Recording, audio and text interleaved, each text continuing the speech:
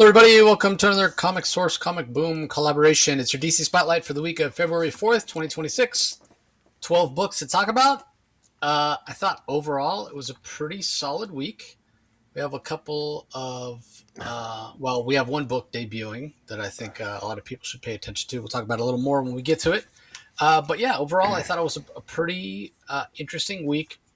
DCKO4, we're really getting down to it with the event. And I think that one's going to engender some strong reactions from people. So what do you think of the week overall, Rocky?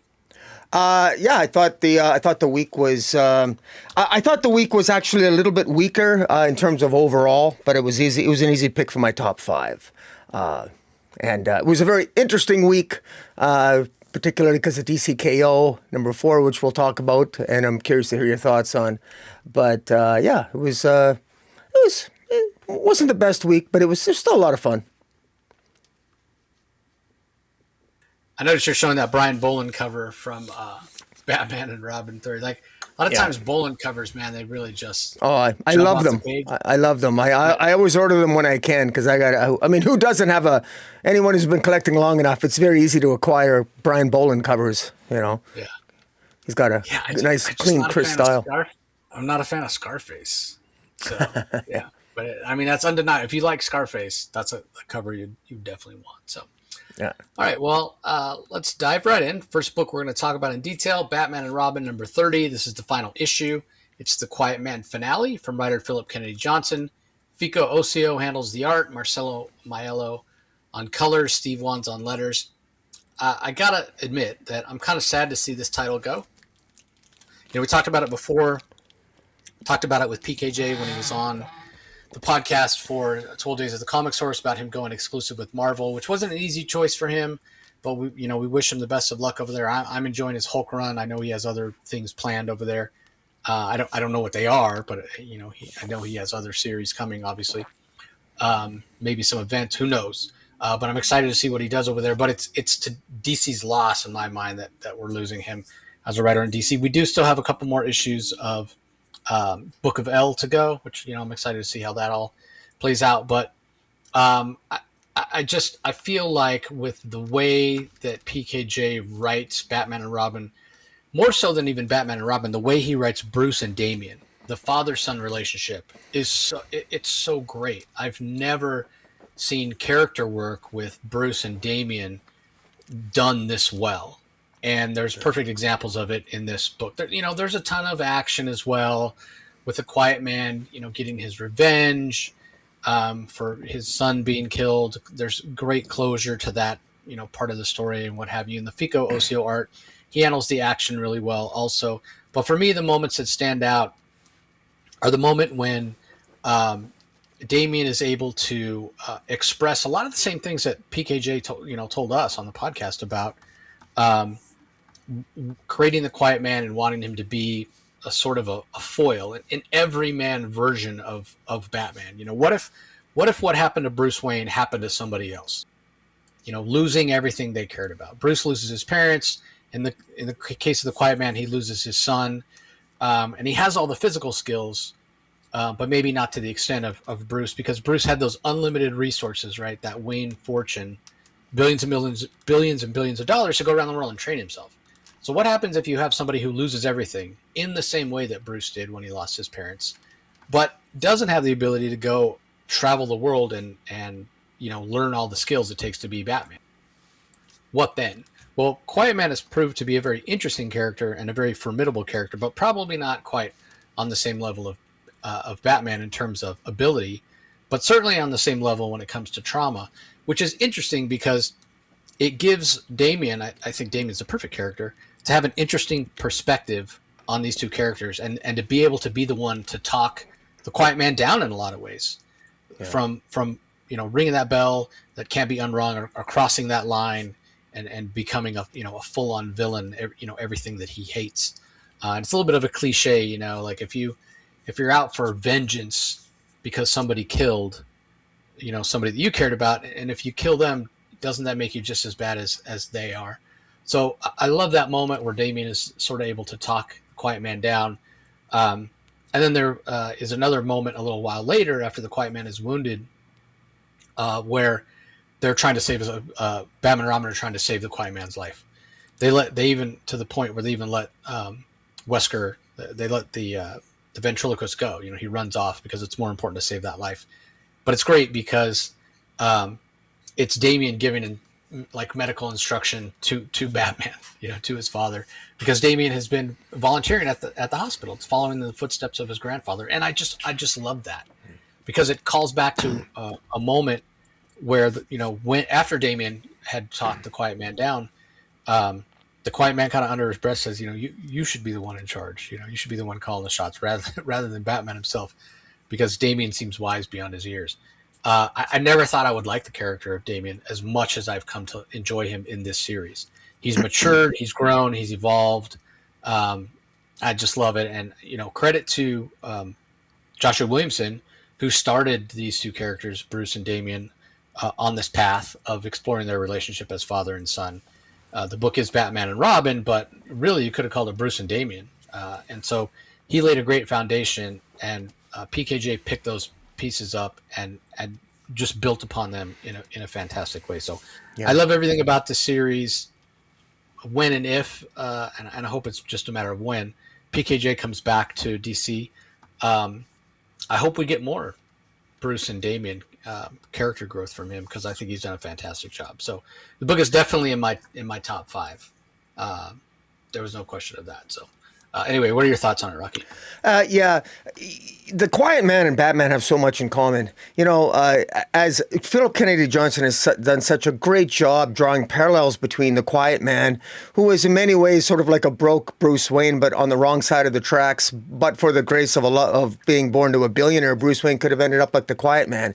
And it reminds me of that old expression, when sometimes a lot of revelations and a lot of insights come forth when somebody comes along and says the quiet part out loud. And that's why I love the name The Quiet Man. The Quiet Man is always he's the quiet part out loud. He's the quiet hero. He's the one you don't expect. And in this case, he's the anti-hero, and he has killed. But he finds redemption here. And I really like that Philip Kennedy Johnson done that, because I was really worried that Philip Kennedy Johnson was going to have the Quiet Man end up staying dark and ultimately dying and dying after trying to kill and embracing his darker aspects. But it's not. The Quiet Man was brought to the side of the angel, so to speak, by Damian, who is in many ways emblematic of of Quiet Man's son. And just like there's that juxtaposition between the relationship between Batman and Damian, there's the Quiet Man and his lost son. And even at the end there, where not only did Damian save his life, but then Batman and Damian both in a role, they help the Quiet Man achieve redemption by they actually find the body of his son and the trucker that was lost because his son had gone missing, and they retrieved the body. So there really was full closure for the Quiet Man at the end. It was beautiful. It really was. And it just really cements PKJ's Batman and Robin run. You said it before, and I agree with you. This is PKJ's. This leaves his lasting mark on DC. This was his best work. No question. And yeah, this was just Fico Ossio's art too topped it off. But this was an absolutely excellent story.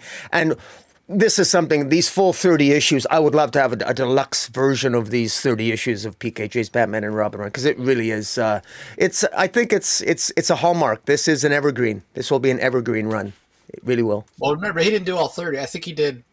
Or 16, right? Or yeah, 16. Yeah. Somewhere about half. Right. Williamson did the first half, and the first half were great as well.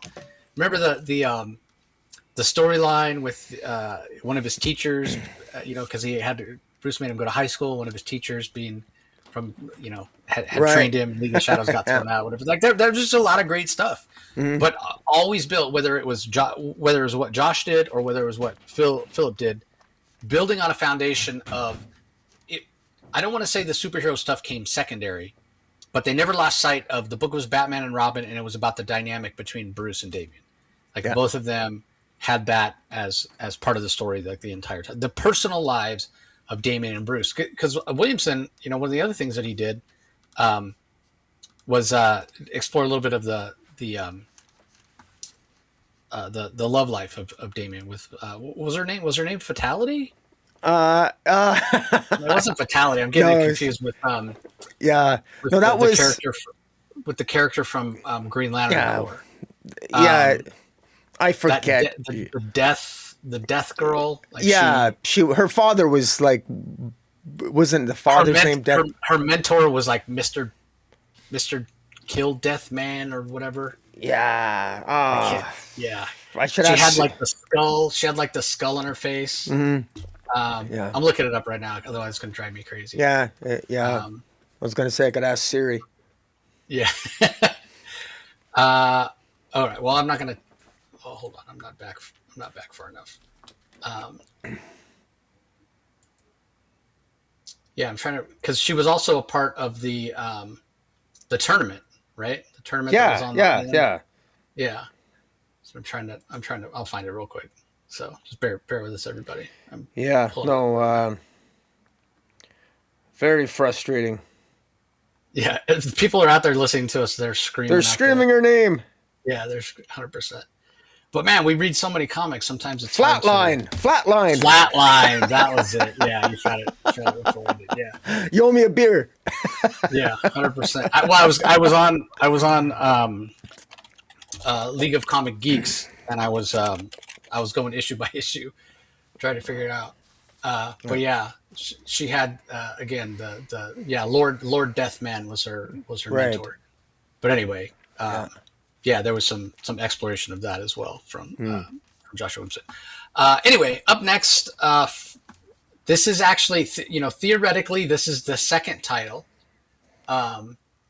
from Vertigo, because we did have when DC announced the return of Vertigo, I guess it was 2024 New York Comic Con, and they took James Tynion's Nice House series. Nice House by the Sea was the series that was coming out at the time, and they relabeled it, they rebranded it as Vertigo, rather than Black Label. So that was technically the first title that led off the return of Vertigo. But this is the first kind of original title that's coming back with DC Vertigo's return, that didn't previously exist. The Nice House property previously existed.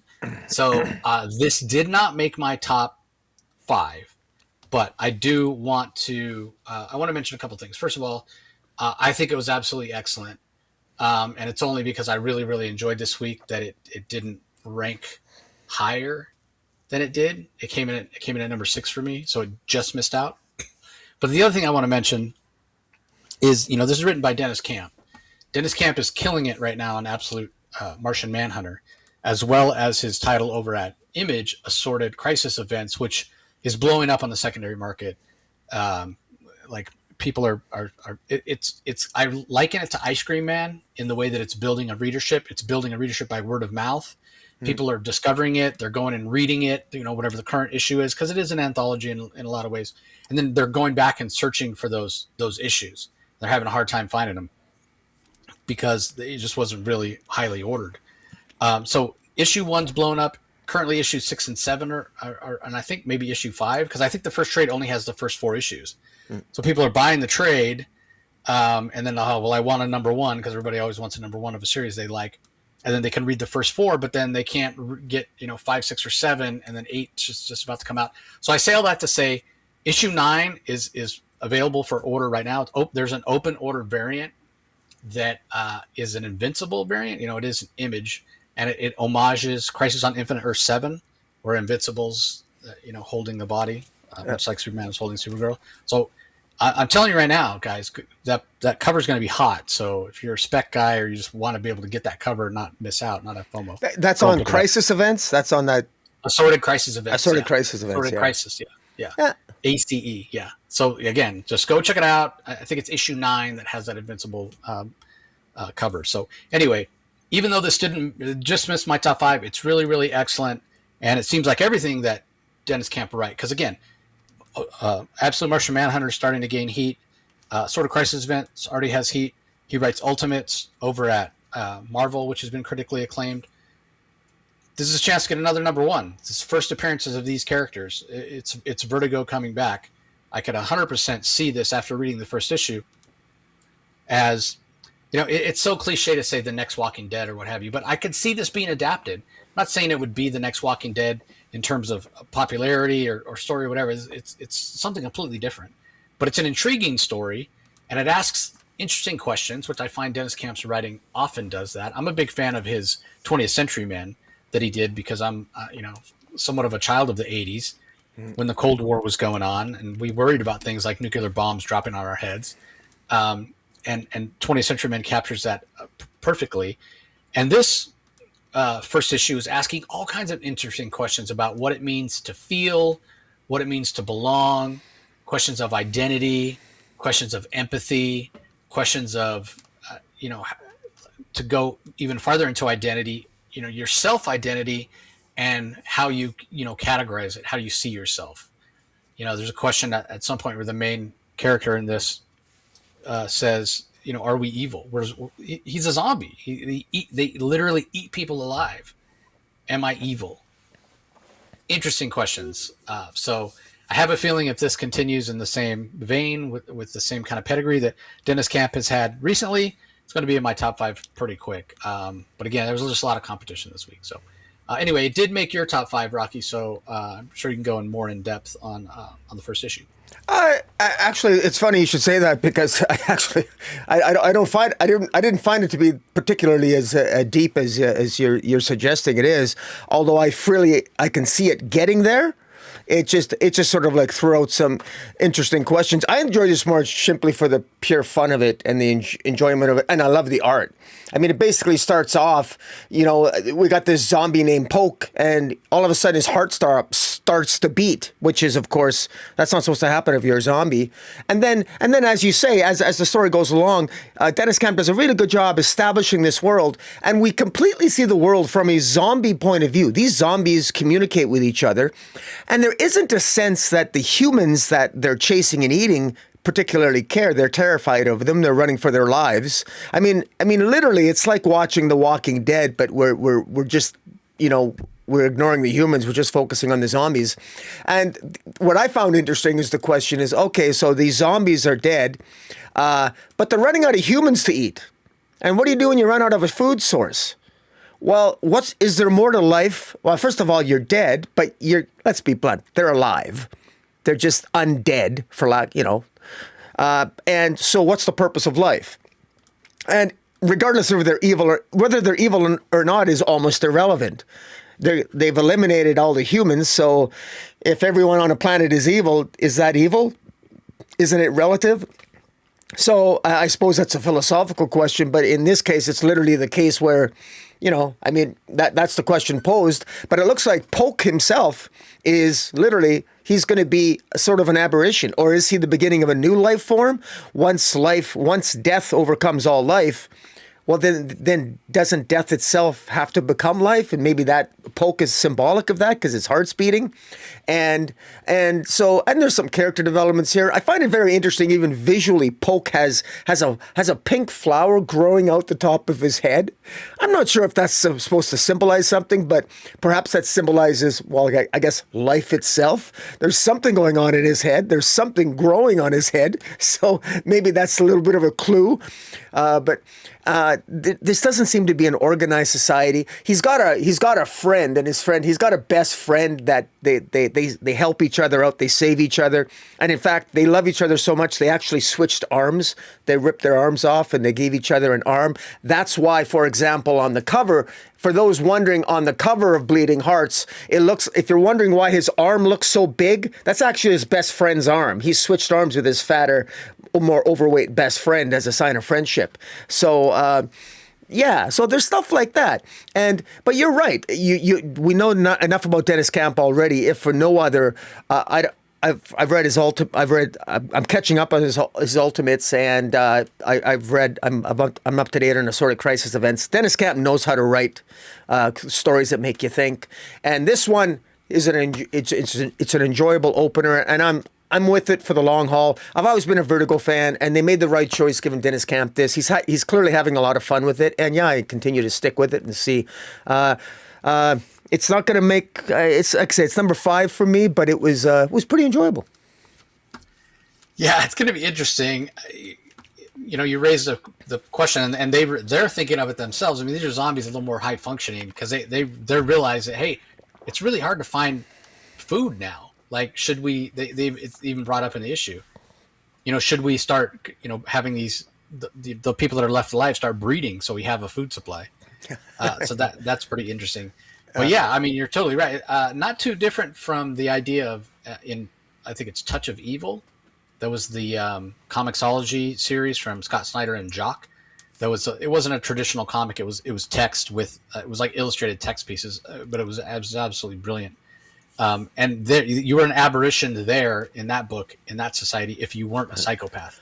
At a certain age, when people started hitting puberty, they would become psychopathic.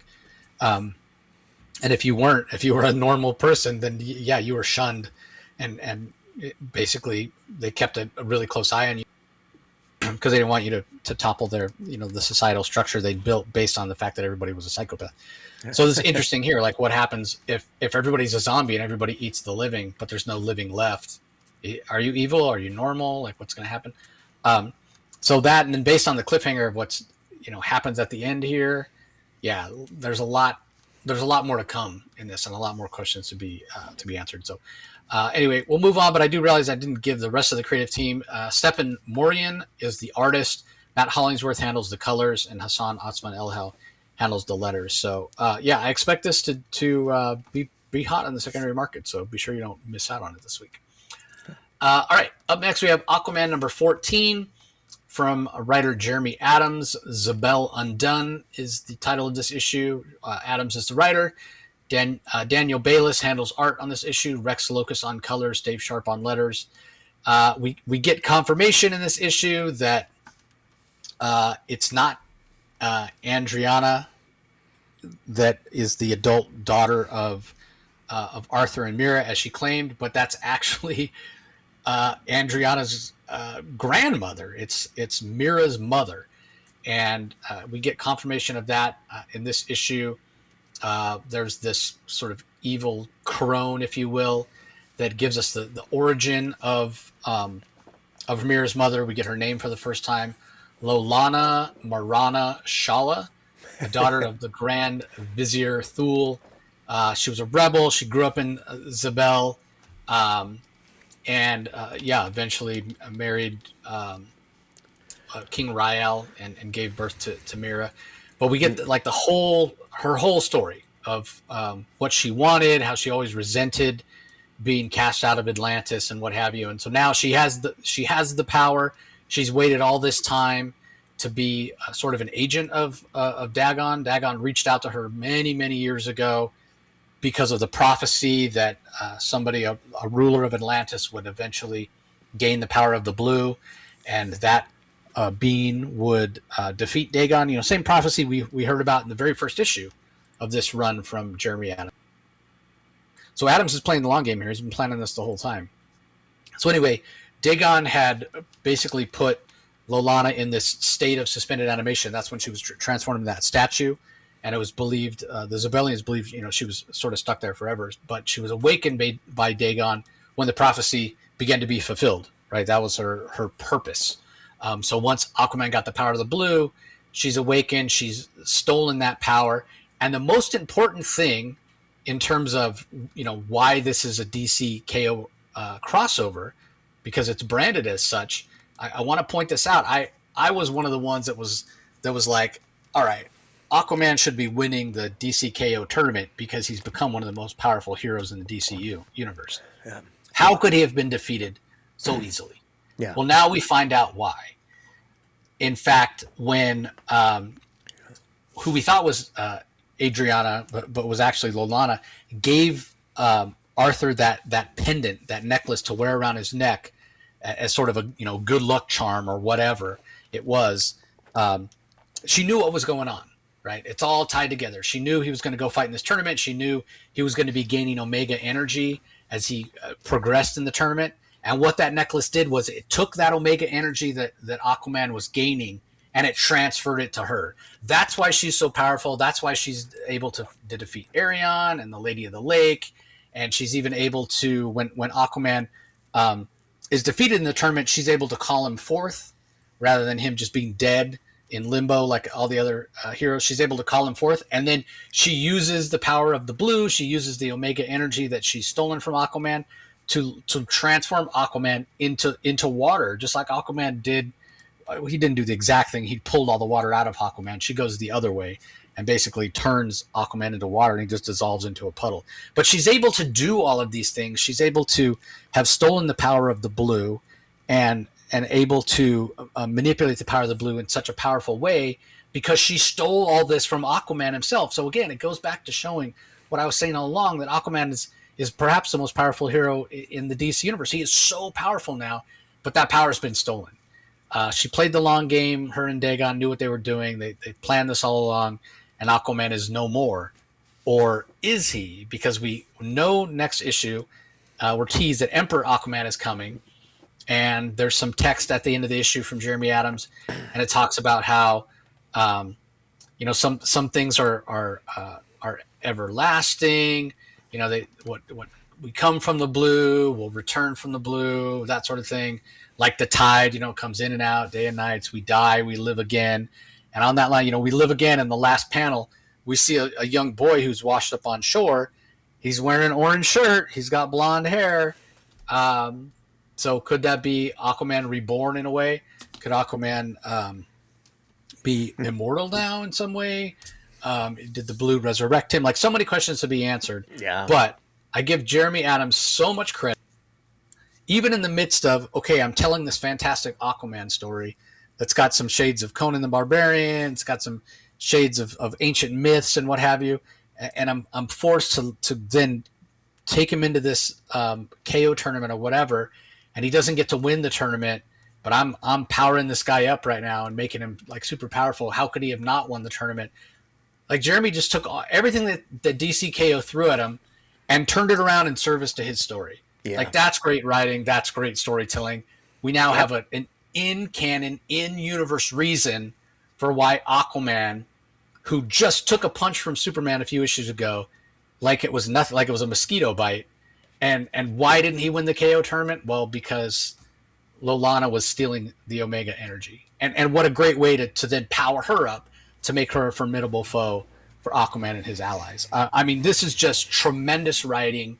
I do miss the John Timms art, but that's not to diminish what Daniel Blayliss gives us in this issue at all. He does a fantastic job. One of the things that Blayliss is really good at is one of the same things that Timms is really good at, and that's giving us a real fluidity to the art. You can especially see it in one of the last pages where Mira, after Aquaman is basically dissolved into water by Lolana, Mira kind of jumps out of the ocean. What have you done to my husband? What have you done to my king? And there's water flying up behind her. So Blayliss is very good at that, the fluidity of the artwork, which you kind of need in an Aquaman book when there's a lot of water and water-based powers. So he does a fantastic job filling in. But I do look forward to John Timms returning. But this is just fantastic. And I'll let Rocky talk about it in a minute, and I won't get into this at all, but I just want to bring it to everybody's attention. The other thing that I love about this, what Jeremy Adams has done, he's established some history for Mira that's never been canonically established before. Who her father is, who her mother is. He's given them both names. We know their origin. We know their history. We know about Nereus, who's appeared before, but we know more about him and his relationship to Mira. So not only is Jeremy Adams building a fantastic Aquaman story, he's fleshing out Mira and making her into a more fully realized character as well. A character that's been around for decades and decades and decades. So fantastic. 100% of my top 3. Absolutely love this issue. So what are your thoughts, Rocky? I challenge anyone to have 4 shots of tequila and say the name Lolala Marana Chala 10 times and pronounce it accurately all 10 times. That would be something. Lolala Marana Chala. Wow, sexy name for a sexy mama. I mean, she's definitely a MILF. Thank you, Jeremy. She looks hot. And of course, I would expect that it's Mira's mother. And I don't honestly. I never collected Jeff Johns' Aquaman run until much later. And when you say that this is you're saying that this is the first time Jeremy Adams is introducing us to Mira's mother and her father for the first time? I thought he was building on past continuity. Her father had been named, but we didn't know much about him. Oh, And I okay. don't think her mother had ever been named. Okay, I didn't know that. I just assumed that I assumed that he was building on past continuity. But it's interesting that if this is brand new stuff, fantastic. That's even more impressive.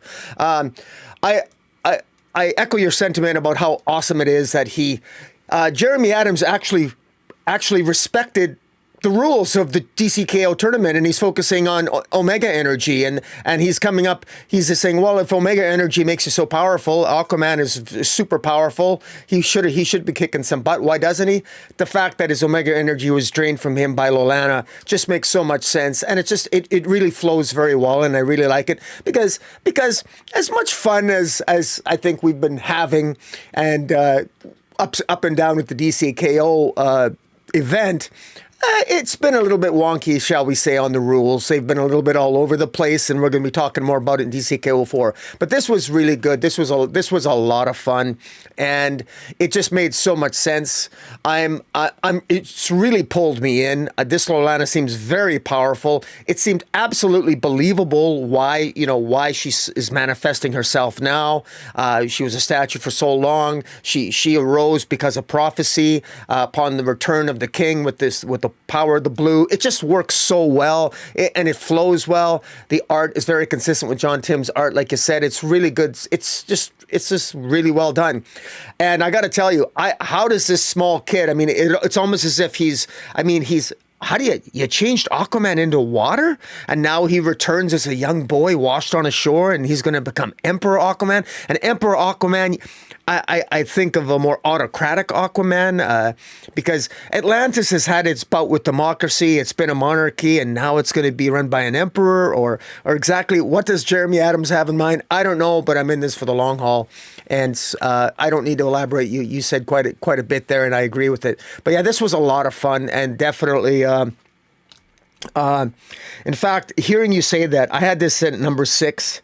I'm actually moving it up, and I'm taking one of mine out of the top 5 because it deserves to be in my top 5. So, but I'll give you my rankings at the end. But yeah, this was really good.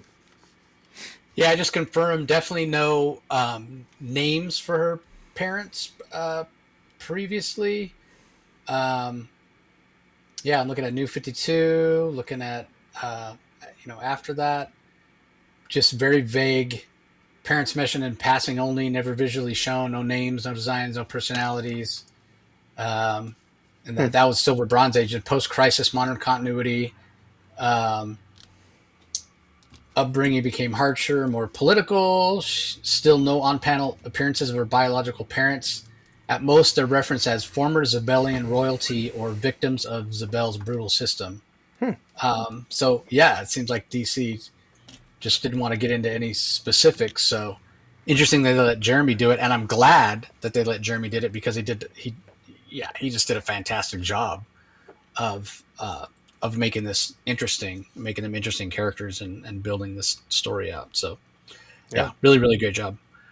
All right. Up next, we have Green Lantern Corps number 13 from writer Morgan Hampton, art by Juan Jose Rip, colors by Arif Prianto, Ian Herring, Joe Canala, and Chris Sotomayor, Matt Herm's wife, and Hi-Fi. So 1, 2, 3, 4, 5, 6 color artists. I don't know what that's about. And then letters by Dave Sharp. So this one was in my top 5 as well. Actually, my top 3. I thought it was really, really excellent. It's in your top as well, Rocky. So yeah. I'm gonna let you go. I'm gonna let you go first. Give us your thoughts on War for Oa. Yeah, I love this. I love this chapter by Morgan Hampton because I like this has been a character journey for Fatality, who has been an enemy of the Green Lantern Corps ever since she lost her planet, largely at the hands of John Stewart when he accidentally destroyed the planet Xanthi due to his own arrogance. And in any event, John Stewart had made an offer to Fatality, saying basically, look, if you redeem yourself by seeking the forgiveness and making good on the people you've hurt, I will return you to Xanthi because I recreated the planet Xanthi in the dark sector, and I'll take you to it, but you got to redeem yourself first. Well, then this character comes along, Enquar, who is sort of this water creature that wants revenge on the Green Lantern Corps, and this Enquar seems to be very. He refers to Fatality as a kindred spirit. The idea being that they both suffered great. They both lost an entire world. They lost their entire planet because of the machinations of either a Green Lantern member or the Green Lantern Corps. And it's been an open question as these various members of these different cores of the emotional spectrum are trying to work together. It's been an open question: will Fatality ultimately, seek revenge and go on Enquar's side, or will she basically betray him? And I was very surprised by this. Morgan Hampton, he surprised me. She actually becomes a member of the Indigo Corps to show empathy and compassion to Enquar. Am I saying that right? Enquar? I think I am. Enquar, he showed up for the first time. Yeah, he showed up for the first time in issue 10. Yeah. And we haven't. I haven't heard his name pronounced, but I think I said it right. But in any event, but it's nice to see. I don't know if I necessarily wanted Fatality to be a member of the Indigo tribe, because I've always sort of liked Fatality as the sexy kind of bitch. She'll do the right. I almost wanted to have her to be a little bit of an anti-hero with a harder edge, but to have her suddenly now embrace her empathy and the reasoning given, the reasoning that Morgan Hampton gives her is that, well, because she knows what it's like to lose an entire world, she empathically is very sympathetic to Enquar, and she doesn't want to kill him. She ends up encapsulating him in sort of like a pendant that she's going to wear around her neck, and so that as she progresses and moves forward as a member of the Indigo Corps,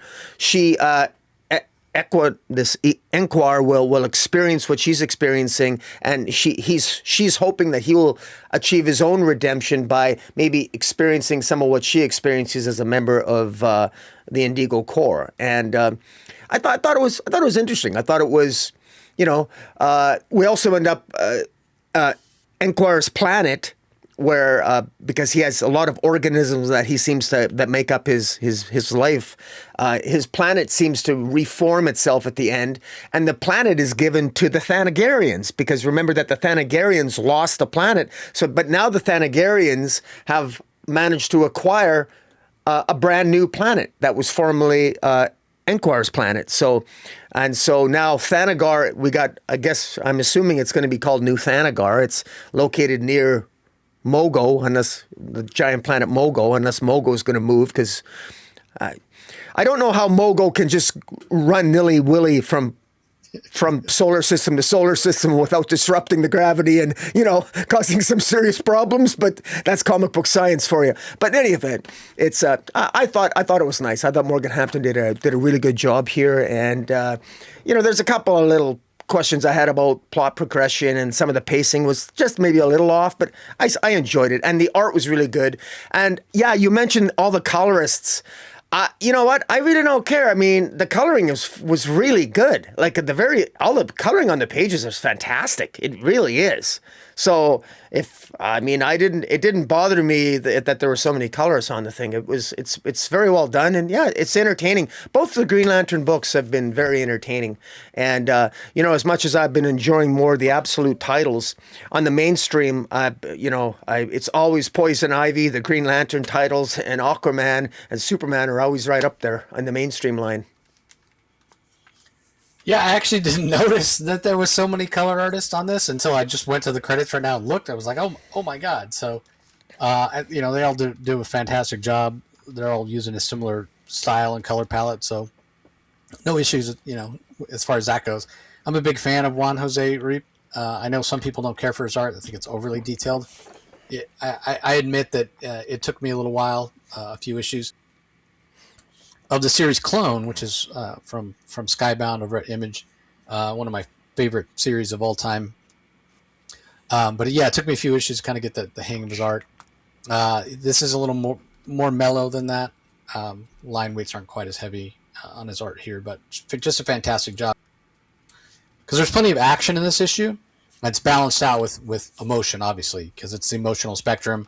We're dealing with Fatality, who becomes a member of the Indigo tribe, as Rocky mentioned, and her empathy and what have you. And I want to be clear, right? The idea of Indigo and it channeling the emotion of empathy.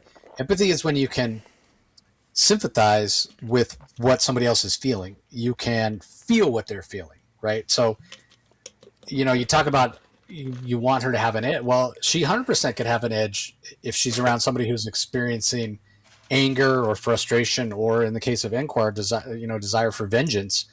So she could, in a way, the Indigo tribe and the members of it are the Lanterns that just inherently as characters sort of have the most range. If you're a writer, might want to focus on that. So it's been interesting because members of the Indigo tribe, there haven't been too many of them. They don't have too many high profile members or what have you. So it's actually kind of brilliant on behalf of DC and Morgan Hampton to have Fatality, a known, classic Green Lantern character that showed up like way back in the 90s Green Lantern series. The I think it started in 1990. It was the cover that had Hal Jordan, flying toward the viewer, and it was when he had the gray in his temples. And then eventually that was issues 47, 48, or 48, 49, 50, when Jordan stole all the power rings and became Parallax and all that. That's that series. That's how long ago.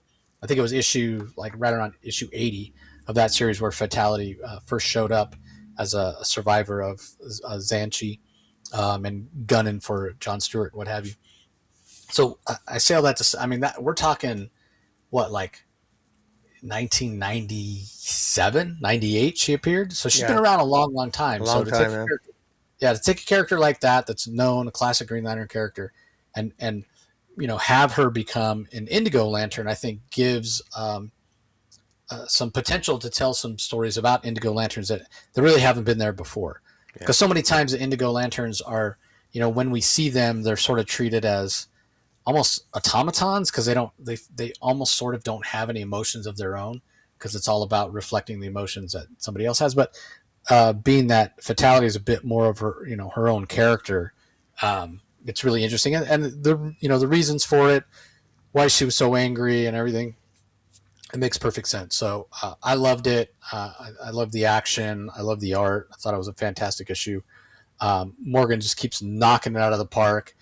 You covered the whole thing about Thanagar. I thought the same thing. I'm like, all right, they're getting a planet, but is it going back where Thanagar was? And then that led me down the path of, but Enquire moved his planet. Well, didn't that disrupt the solar system that it was in before? Like, what the heck? Yeah. So I'm trying to think about it too much because, like Rocky said, comic book science. But I don't think this is the last we've seen of Enquire. I like the idea of the punishment that Fatality gave him. Like, yes, you're imprisoned. It's not exactly what I wanted to do. It's not the perfect solution, but it's the best I could come up with in the moment. I can't allow you to do any more damage. But yeah, you're going to ride around with me as I discover what it means to be an Indigo Lantern and to be empathetic, and hopefully, you'll learn something. Fatality saw so much of herself in Enquire. Really great character work from Morgan Hampton. And there was so much story packed into all the issues of Green Lantern Corps when Morgan Hampton and Jeremy Adams were writing it together. And then it didn't miss a beat when Jeremy stepped back and Morgan took it over solo. But right from the start with Enquire and Fatality and their relationship or whatever, it wasn't necessarily what I expected. Like, if you would have said, okay, Jeremy comes off the book and Morgan's flying solo, what do you expect? I didn't expect a poignant story about two villains. That's certainly not what I expected. Oh, he's going to explore Jessica Cruz, or he's going to explore John Stewart and the sort of second John Stewart, the copy John Stewart or whatever, and the fact that Katma is sort of back from the dead in a lot of ways. Like, and not to say that he's still not going to do that, but I was surprised by that. I was surprised that he, instead decided to sort of make the main plot line of the story be about two villains and the redemption of one and the possibility of redemption for the other. I see your point about not wanting to, because we talk about this all the time, right? Like DC's got great villains and they become popular. And so you can't have a villain showing up every single month. So they turn them into anti-heroes or heroes. They do it far too often. But I will say we didn't see Fatality that much. So I'm kind of okay with it. And I like the idea of her as an Indigo Lantern, like I said earlier. So anyway, fantastic issue. Definitely in my top 5. I think it's in my top 3 even. Thought it was just a fantastic issue. So, all right. Up next, we have Immortal Legend Batman number 6, final issue of this Black Label, Elseworlds story. Kyle Higgins and Matt Groom are the writers. Erica Durso handles the art in part 1. Dan Mora handles the art in part 2. The colors in part 1 are by Igor Monti. Colors in part 2 by Tamara Bonvillain. And then Becca Carey letters the whole thing. This came in at number 9 for me. I did enjoy it. It does set up a lot of stuff for the future. Specifically, we see an Immortal Legend version of Red Hood at the end. We get an Immortal Legend version of Batgirl, Barbara Gordon Batgirl. So I imagine this is probably sold well enough to warrant a second series.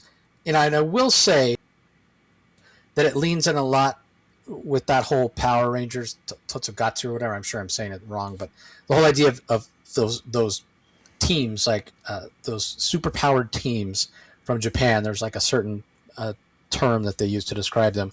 But for the sake of us, we'll just say, this Power Rangers type team where they're showing they're calling out their power. They're showing it. It's a manga art style in a lot of ways. I am not the target audience for this whatsoever. I did really, really enjoy the first issue and the potential that it had. I enjoyed seeing the costumes. I enjoyed the interactions and the basis of the story. But a lot of those things that it does, like I said, you'll have some gorgeous artwork where these characters are calling out their power and then they're using that power, what have you. I don't have the nostalgia for that kind of stuff. I was never like a Power Rangers kid. I'm not a manga or an anime guy to speak of, really. So this doesn't hit me in my wheelhouse. But there are interesting ideas here, and I did enjoy it overall. But and especially the color work. But yeah, for those reasons of it, just I'm not the target audience for this, is why it's ranked a little bit lower for me. But I do expect to get an Immortal Legends Batman second series. So, what are your thoughts on it, Rocky? I would be being, I don't know if I'm not necessarily, I could be an audience for this. I could be a potential, I could find this interesting. I just don't think this was well written, in my personal opinion. I just don't think it was well written. I think it's kind of convoluted. I thought it was confusing. I think that it's, even the color work, I actually find it a little bit annoying. I mean, every time I see a bat figure, it's like they just drew, suddenly I see a different Batman and he's wearing green. Then now it's red, now it's yellow, now it's blue. We got a rainbow of colors. There's no consistency. They're all over the place. The bat press, the night cannon, the light cannon. I get what they're trying to do, but when I do read manga, and I don't read a lot, the storytelling is usually really great with manga. Not so much this. We've read all 6 issues, and I thought the first 2 had potential, but then it kept losing me more and more and more and more and more. And I'm not even sure why this Bat family is so angry with each other and why they're so upset with each other, and they're running around the universe chasing each other and so upset with each other. And we got different versions of the villains in different parts of the galaxy. It just didn't work for me. It really didn't work for me. And I just don't see this working for for anybody, to be honest. But I mean, like I said, if I was to say the quiet part out loud, maybe there's somebody out there that this is for. It's definitely not for me. I honestly couldn't recommend this to somebody. I couldn't. This is Elseworlds, and I'm glad. I hope it stays Elseworlds. Well, I think it'll stay Elseworlds. It sold quite well, so clearly it's working for. Did it somebody. Really? Oh, yeah. Really? Yeah. From my understanding, It sold pretty well. That's why I was saying that there's going to be more. There's going to be a second. That's stunning. Like I'm stunned. I'm just stunned. Like I challenge anybody to, somebody who loves this, leave a comment and say what you loved about this, because I'd love to know. Because I'm just really shocked, particularly given the competition out there. But that's my bias. First of all, it's Batman. It's manga art. It's manga art. Yeah. And you might not have liked the story, but the story, I mean, it had a lot of progression. It had a lot of the things that people love about Batman. This was a Bruce Wayne that had undergone a lot of trauma, that tried to take too much on his own. You mentioned he didn't understand why the Bat family was fighting amongst themselves. Well, it's not quite that simple. That's oversimplifying it. It was that this version of Robin, the Immortal Legend of Robin, the Immortal Legend of Nightwing, going out there in search of Batman, trying to save, in a lot of ways, save him from himself. And then, him acknowledging in this issue that he did make mistakes by trying to do things, on his own. And this is going back a couple issues where he acknowledged that he had made mistakes trying to isolate himself and do too much. And then we saw last issue that he, teamed back up with them, but then ultimately was defeated by his, shadow version. And then in this particular issue, and again, I didn't plan on necessarily going into too much of the plot points, but in this particular issue, he finds a way to redeem himself by going into that shadow universe, which I thought was, interesting, because it shows who Bruce Wayne is and the heroism he has at his core, because he's not the first one that goes in. First, his boyhood friend, Tommy, goes in. Tommy Elliott, Hush. Yeah, Tommy Elliott, Hush. Yeah. And he comes back out in no time. And he's sort of been, for lack of a better term, lobotomized because he's unable to handle it. And the fact that Bruce warned him ahead of time, he's like, don't take this the wrong way, Tommy, but you're not ready. And so for Bruce to be able to go in there and handle it and, sort of become Batman all over again with the acknowledgments of the mistakes that he made and his inherent weaknesses, and acknowledging the fact that he can't do it by himself and he needs his Bat family. I mean, again, these aren't the most original ideas. We've seen these stories echoed time and time again in the main universe Batman. So I mean, again, we're not reinventing the wheel here, but I thought it was a solid story. But I mean, again, it's not necessary for everybody, and I will admit because of the dynamic style of the art, can feel a little confusing at times, and it's probably something better read as a trade, because again, a lot of these concepts, if you don't read it carefully, can be like, wait, what's going on? Because I get it. Like, there were several issues where I did read it twice because I was like, wait, do I really understand what's going on? But the whole, like you said, calling out the different powers while using them and whatever, and the different colorations, like it's a shadow Batman, but he's got bright green and bright purple or whatever. Yeah. But again, that's just the style. That's, that's leaning into the manga style. But again, that's not really a style that I particularly enjoy. But anyway, as far as I know, I mean, again, nothing officially announced, but from what I understand, it sold well, and we should expect to see a sequel. Yeah. All right. Up next, we have CORT, Children of the Round Table, issue number 6 is the final issue for now. Written by Tom Taylor, Danielle D. Nicuolo on art, colors by Rain Barretto, letters by Wes Abbott. This did not come into my top 5, came at number 7 for me, but I did really, really enjoy it. Now, one of the things, like, criticism I have of it is the story structure. But I will admit, I don't know how else you do it, because it's really hard for DC probably to commit to more than 6 issues, especially with Next Level coming up. Even though it's Tom Taylor, he has a history and a track record of doing pretty good with these sort of alternate universe stories in the DC universe. It's just tough in this marketplace to commit to longer than 6 issues. So, early on, we had these children show up. They got these weapons, these ancient weapons. Each of the weapons is sort of possessed by the spirit of a different knight of the Round Table, King Arthur, Sir Galahad, Sir Lancelot, all that sort of stuff. But then he had to do this narrative trick in the middle to sort of get us to the end point here in this issue, where they're taking on Mordred, who has possessed and teamed up with the president of the United States, who's this sort of fascist political-like figure.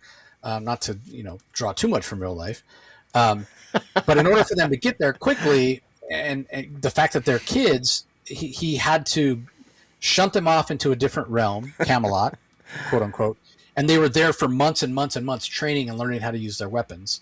And then when they come back, it's only been a few days that they're gone, but they're older and they're more experienced, and they're able to do what they need to do and temporarily defeat Mordred. But Morgan Le Fay is still out there as the big bad, if you will. So really enjoyed it. Loved the art. Really grew on me. I mean, Daniele Di Nicuolo, I talked about the 7 Secrets that he did with over at Boom Studios with Tom Taylor. So the two have a history. Danielle over here doing this.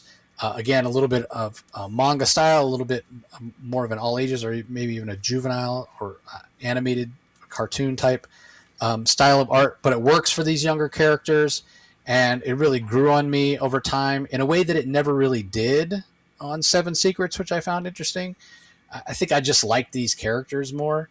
The whole thing, how people love an Absolute Wonder Woman, that she's like a normal sized person, but she has like a giant sword, like a massive sword. We have that here with Finn, I think it's her name, and she's wielding the sword that King Arthur's possessed. You can see it on the cover. It's absolutely massive. But anyway, although this is a satisfying conclusion for this 6 issues, it did feel a little bit truncated. I kind of think it would have benefited from a couple more issues. But Tom Taylor and Daniele Di Nicuolo clearly have plans for more. This one, I don't know if it sold well enough. I haven't heard anything about if we'll get more of it or not. Yeah. So, but I did enjoy it. Like I said, came in at number 7 for me. In another week, it would have been probably cracking my top 5 if it wasn't such a strong week. But yeah. Anything to add, Rocky? It came in at number 9 for me. This was my most enjoyable issue of the whole series. Because it all came together. And I sort of like that it sort of ended with the status quo. That basically Mordred's the president, but he now knows that, his daughter Felicity, she's like the King Arthur. And then we met Guinevere at the end here. And so this is going to be an ongoing battle of modern day Knights of the Round Table versus Mordred, who's the president of the United States. So there's easy to imagine more adventures to come. I like this, and I will admit fully that this is an artistic style that grew on me, and it took a while for it to grow on me, but it just goes to show you that sometimes it's our collaboration when we review, and sometimes hearing your reviews, and the only reason I sometimes give a comic book a chance is because we have to review them. And I'm always glad I do, because it sort of broadens my mind. And sometimes I need a push. Sometimes I need a push, and I have to listen to your comments, and I have to listen and read other people's comments, because I'm an old man yelling at clouds sometimes, and I need to have the envelope pushed a little bit from time to time. It's just this is who I am. So, but no, this is good. So thank you, Tom Taylor, for this. And we'll see what the future holds in store for the children of the Round Table. Yeah, do you have a favorite child of the Round Table? I've always been, it's funny. I always like when I remember what this reminds me of is a children's version of Camelot 3000. That classic series. And I always liked Lancelot and Guinevere in Camelot 3000. So I like so seeing Guinevere show up, I really liked. I actually like Felicity here. I actually like her. I like that the fact that a father-daughter dynamic, and one is literally one is Arthur and one is Mordred. That is pretty cool. I like that. Yeah. I think Kevin's my favorite. He's the magic wielder. He has, everybody else gets this really cool weapon, and he gets like this wooden stick. I can't remember which knight it is, but it's the knight that took the vow of silence. Yeah. So he won't talk. Everybody else's weapon talks to him. And poor Kevin's like, he's like Charlie Brown. I got a rock. He's like, I just got this stick, but he does learn how to use it. He does. Wield the magic. And he has his moments. He has a couple moments here. So yeah. and then in this issue, there's a great moment that happens. I won't spoil it, but that was just so rewarding. So yeah, Kevin's my favorite. He's right there front and center on the cover of this issue, or no, I guess it's not a cover; it's a splash page. But it's splash page, yeah, splash page. But yeah, you did have it up there briefly. Mm-hmm. The Tirso Khan's cover where they're all sort of hanging out in their room in Camelot. I really like that cover. Yeah. That's the one I'm picking up. So, all right. Up next, we have another Black Label book. This one was teased at New York Comic Con actually this last year. It's called Sirens Love Hurts, Book 1 from writer Tini Howard, art by Babs Tarr, Miguel Muerto on colors. Becca Carey handles the letters. I once again, I am not the target audience for this whatsoever. This came in at number 11 for me. Oh, wow. But I will say that I can understand the appeal. I'm very curious to hear what Rocky has to say. There are people that really, really enjoy Babs Tarr's style of art and thinks that she draws really sexy female characters. Others do not. They think they're just her art style is not for them.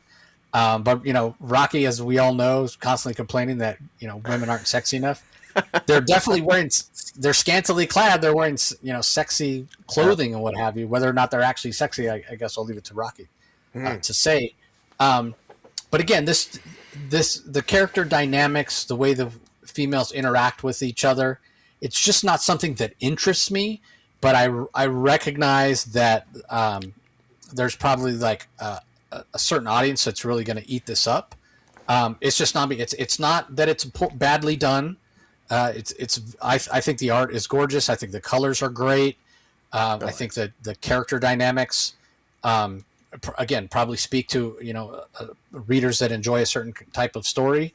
But that's just not me. I've never been a big Black Canary fan. I've never been a big fan of any of these characters, to be honest. I'm not the biggest Catwoman fan.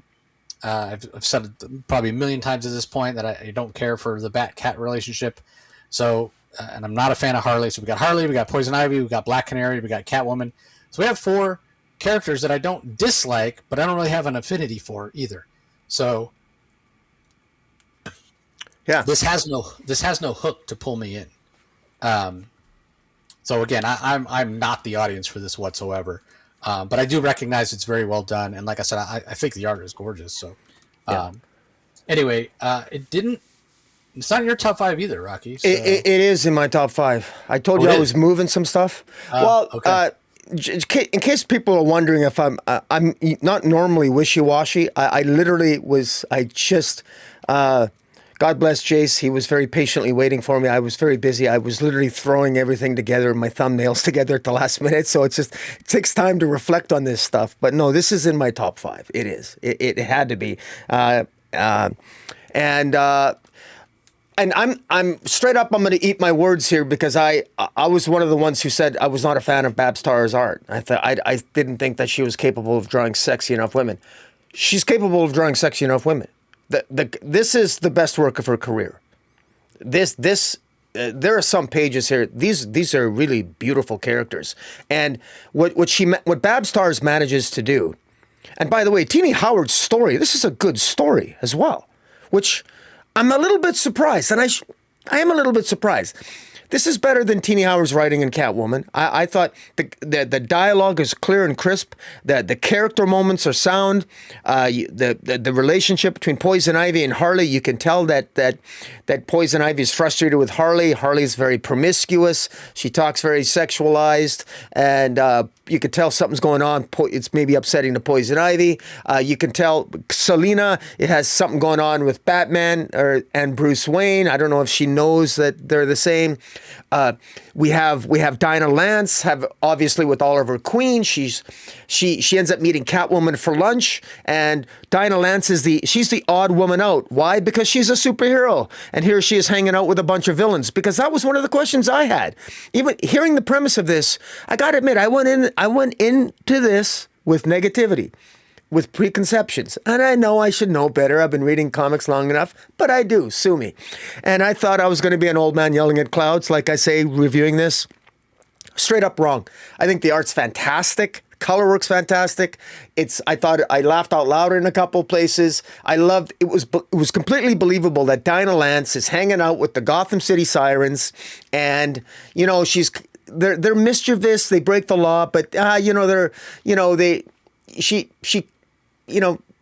kind of want to. They want to get along, and Catwoman is almost like the go-between them. And in the midst of all this, there is what they believe to be is maybe they think it's maybe the Calendar Man is killing young women on their birthdays, young women that have suffer from depression or from maybe that are insecure with themselves and what have you. And I really like the theme here that the Sirens, they want to find the murderer of these women that are killing women on their birthdays, and they think maybe it's the Calendar Man, but it ends up being this new character, a female character, a new female antagonist, and it's interesting, and I like the commentary that they have. That they want to fight, they want to protect the women, not just for this. Isn't just a girl boss comic, and I thought I was going to get more girl boss vibes from this, but I never got that. I thought Oliver Queen was treated respectfully. Diana doesn't want to upset Oliver, but at one point she's got to push Oliver aside and say, look, we don't want your help, okay? I'm hanging out with the girls here, and you're kind of, well, you don't fit in. And so it's upsetting. It negatively affects her relationship with Oliver, and you'd expect that. And of course, you got a relationship between Catwoman with Batman, and that's interesting as well. And this is all going to be expanded upon. I was worried that Tini Howard was going to maybe go a little bit too girl bossy, a little bit too Mary Sue. I'm not getting that sense at all. There's a fantastic page with a real sexy Black Canary up on stage, singing into a mic, looks fantastic. There's some really great work here. There's also I don't have the covers up. There is a connecting cover by Tula Lute. That's the one thing I got my retailer to get. I want to get the connecting variant of all the covers for this series. I think it's whatever it is, 4 or 5 issues long. I want to get them all. But anyways, I thought this was really good, and I have no problem admitting that I was straight up wrong. I thoroughly enjoyed this. This deserves to be in my top 5, particularly because this is right up my alley. I've always been somebody who's been really into sort of the animated style, and this is just a more stylistic animation style that Babs Starr has won me over, and I'm best work I've ever seen her done. So this gets a pretty high recommend for me. Boy, how the times have changed. I'll leave it at that. All right. Up next, we have Adventures of Superman, Book of L, Part 6, The Warworld Engines, from writer Philip Kennedy Johnson, art by Scott Godlewski, colors by Alex Guermas and Matt Herms, letters by Dave Sharp. Some poignant moments in this issue. We have Superman who's was defeated by a Sun Eater at the end of last issue. He's infected here, and he's literally dying when he's found by a bunch of the survivors of Warworld, and they're survivors actually who have captured Starchild, have captured Otha Ra, and there's a really emotional scene where she's reunited with Superman. Calls him Papa, goes up and gives him a great big hug, and everything. And Superman's a legend to these descendants of Warworld. So clearly they want to save him from the infection of the Sun Eater, and it sounds like it's going to be up to Otha Ra to have a race with the Black Racer, outrace death itself to save her father. So that's kind of the cliffhanger ending. Again, this is a much longer story. This is part of a much longer story that Philip Kennedy Johnson started in his Action Comics run, that Warworld run that then continued in his John Stewart War Journal run and is concluding in this Superman Book of L series. So I've really been enjoying it. But if there's any criticism that I could give it, it's not new reader friendly at all, because it does suffer a little bit from the fact that there's so much history and so much world building that Philip Kennedy Johnson has built that you can't just jump in now and kind of understand what's going on. And even if you've read everything, there's just not enough space in the comics to show everything and make it really, really clear. So it almost requires a little bit of homework, I guess you'd say, on part of the reader. You have to, read the entirety of what he did in Action Comics and the War Journal, John Stewart series, and really pay attention to things that are said or what have you, and read the back matter and all that sort of stuff. If you listen to interviews he does, he lays things out, a little more clearly, and that could add more context as well. But again, that's not necessarily his fault when you're trying to tell a story that's as big as the story he's trying to tell, and kind of the limitations of the 20-page comic book model, as it were. But if you have been on the ride from the beginning, like I have, if you're a fan of Superman and possible futures with Ossio Ra and Otha Ra, and you've been reading all along the whole time, this is a very satisfying payoff that it's building to. So, but again, another book that's outside my top 5, as much as I wish I had room, because the art is gorgeous, and I really like where this is headed, but a strong week made it tough. So anything to add, Rocky? This was coming at number 11 for me. It's just not this book of Algren. I'm just having a hard time putting all the pieces together. I've no question that I know from his John Stewart Green Lantern run that getting into the book of Algren, which I read each of those issues 3 or 4 times to try to get more of a handle on it. And you reap rewards when you take your time with PKJ. And so in fairness, this is one of those titles. I wasn't a fan of the future state setting, of the future of Superman in this setting, and nor of the twins. I'm not a fan of Star Child and what have you. So that's my bias. But that doesn't mean it's not a well-crafted story. But I got to be in the right mindset to get into this, and I just wasn't. So I do want people, if you're a fan and you really like this future of Superman, and there's different versions of Superman here which are kind of cool. I have to admit, there is a cool factor to this, and I think that's what's pulling a lot of people in. Yeah, the art's fantastic from Godlewski as well. So, all right. Up next, we have Action Comics. Sorry, my screen froze for a second there. Action Comics number 1095, Pressure, from writer Mark Waid, art by Patricio, Delpeche, letters by Steve Wands, and Delpeche, who does a lot of color work, colors himself here. I thought the art was okay. For such a kind of an emotional issue, I kind of wish we'd had Skylar Patridge doing the art. But Delpeche does a good job of filling in. And this is very much a Pete Ross issue, if you will. And we know at the end of last issue that Pete Ross inadvertently discovered that Superboy and Clark Kent are one and the same.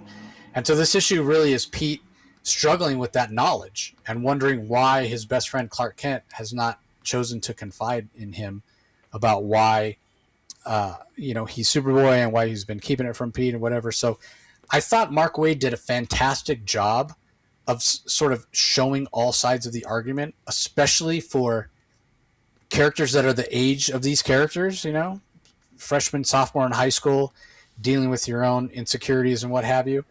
And I came away from this issue reminded of what a fantastic character Pete Ross is.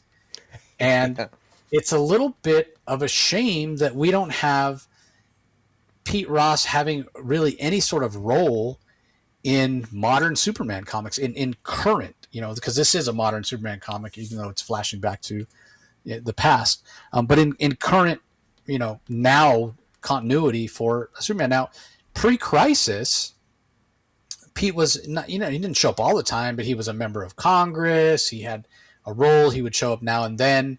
But yeah, I couldn't tell you the last time that Pete Ross showed up in a modern day Superman comic, in current continuity, in current time. And I think that's a shame because Pete Ross is a fantastic character. You talk about what a great character Superman is, and a lot of it has to do with the fact that he's the epitome of a hero, right? He epitomizes what it means to be a hero. And it's not because of the powers he has, but it's because of he does the right thing for the right reasons. You could say the same thing about Pete Ross. He struggles a little bit with the fact that Clark is keeping this secret from him.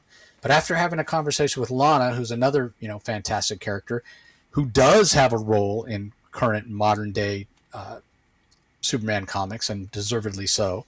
But after Pete has this conversation with Lana and makes a few realizations about things, he comes around to being the Pete Ross that we all, sort of know and love. And I honestly, I miss. It's almost like, because of the role that Jimmy Olsen has in modern comics, he's almost taken that spot of Pete Ross in a lot of ways. But I think there's room for both of them, especially in the hands of a good writer. So I say all that to say I hope we see some Pete Ross in some current continuity in some way. I think he could be very additive to Superman comics and what have you. And I just love this issue. I thought it was very well done. Mark Waid touching on the emotions of these young kids. And, again, to use Rocky's word, verisimilitude, strong degree of that in this particular issue. And I love the main cover by Ryan Sook, which kind of hints with the whole, hey, I'm trying to figure out the identity of Superboy with the little, board, with the conspiracy board with the strings and the yarn and what have you. Really fantastic. So, yeah, I love this issue. It reminded me of, reading those Superboy comics when I was a kid. For me, it was some Superboy, but by the time I really was old enough to start reading Superboy had become Superboy and the Legion of Superheroes. But then in the 80s, I don't know if you remember that series, Rocky, The New Adventures of Superboy. Oh yeah, I got every issue. Yeah. Oh yeah. Yeah. I've been, as you know, organizing my comics, and I'm missing some issues of that. So that's yeah. Before the end of 2026, I will have a complete run of that as well. I think I'm missing like 4 or 5 issues. But yeah. I want to say, was it Cary Bates that wrote the majority of that? I think Paul Cooperberg, or who's the artist? Yeah. I think maybe he was the artist. Cooperberg's a writer. Yeah, he's the writer. Yeah. Paul Cooperberg. He wrote most of it. Yeah. Anyway, anything to add on Action Comics? Just to add that Mark Waid is, if there's any doubt whatsoever, guys, what Mark Waid is doing in Action Comics right now is he's rewriting Superman's adventures as Superboy. He's rewriting those Silver Age stories through a modern lens. That's exactly what he's doing. This is almost exactly what I remember how Pete Ross discovered Superboy's secret identity back in the day. Nothing changed. He did nothing different here, really. They're out camping. He discovers them, and he decides to keep the secret. And for years, Pete Ross is always the guy who, if he's around, he's going to find a way to get Clark Kent a reason to exit to go help people as Superboy. That's what Pete Ross does, and he keeps the secret. That's what makes him such a good friend. And good friendships are timeless. And that's this is sort of this relationship is timeless as well, and that's why it works so well. I'm not calling you out. But I'm 18 issues into the run of New Adventures of Superboy, 19, 20. And so far, every issue has been written by Cary Bates. Oh, okay. So, well, no, you're calling me out then. Then what was I'm not calling you out because I haven't got to the end, and it very well might be that. Oh no, maybe I just remembered wrong. The New Adventures of Superboy. So it looks like about 20 issues from Cary Bates. He comes back for 27. I haven't come across any Paul Cooperberg, but that sounds right to me. But I wonder if you're getting it confused with the artist on it is Kurt Schaffenberg. Oh, okay. So with issue 35, that one was written by Kupperberg. Okay. 36. So it looks like the later half. Yeah, Kupperberg 37. So yeah, it looks like the later issues. Okay. Kupperberg. But Kurt Schaffenberger, who did a lot of work on Superboy and the Silver Age, does the art for the majority of the series. But yeah, it looks like the last half is Kupperberg, the first half is Cary Bates. Okay. So we're both right. Oh, okay. Okay. Now, I freely admit that, to use Rocky's recent term, old man yelling at clouds. When it comes to DCKO, and the first time I read issue 4, I definitely felt like an old man yelling at clouds. When I read this first, I was so just, I don't want to say pissed off, but just vexed. I'm going to use the word vexed. I was like, I don't understand. This feels disrespectful to these characters.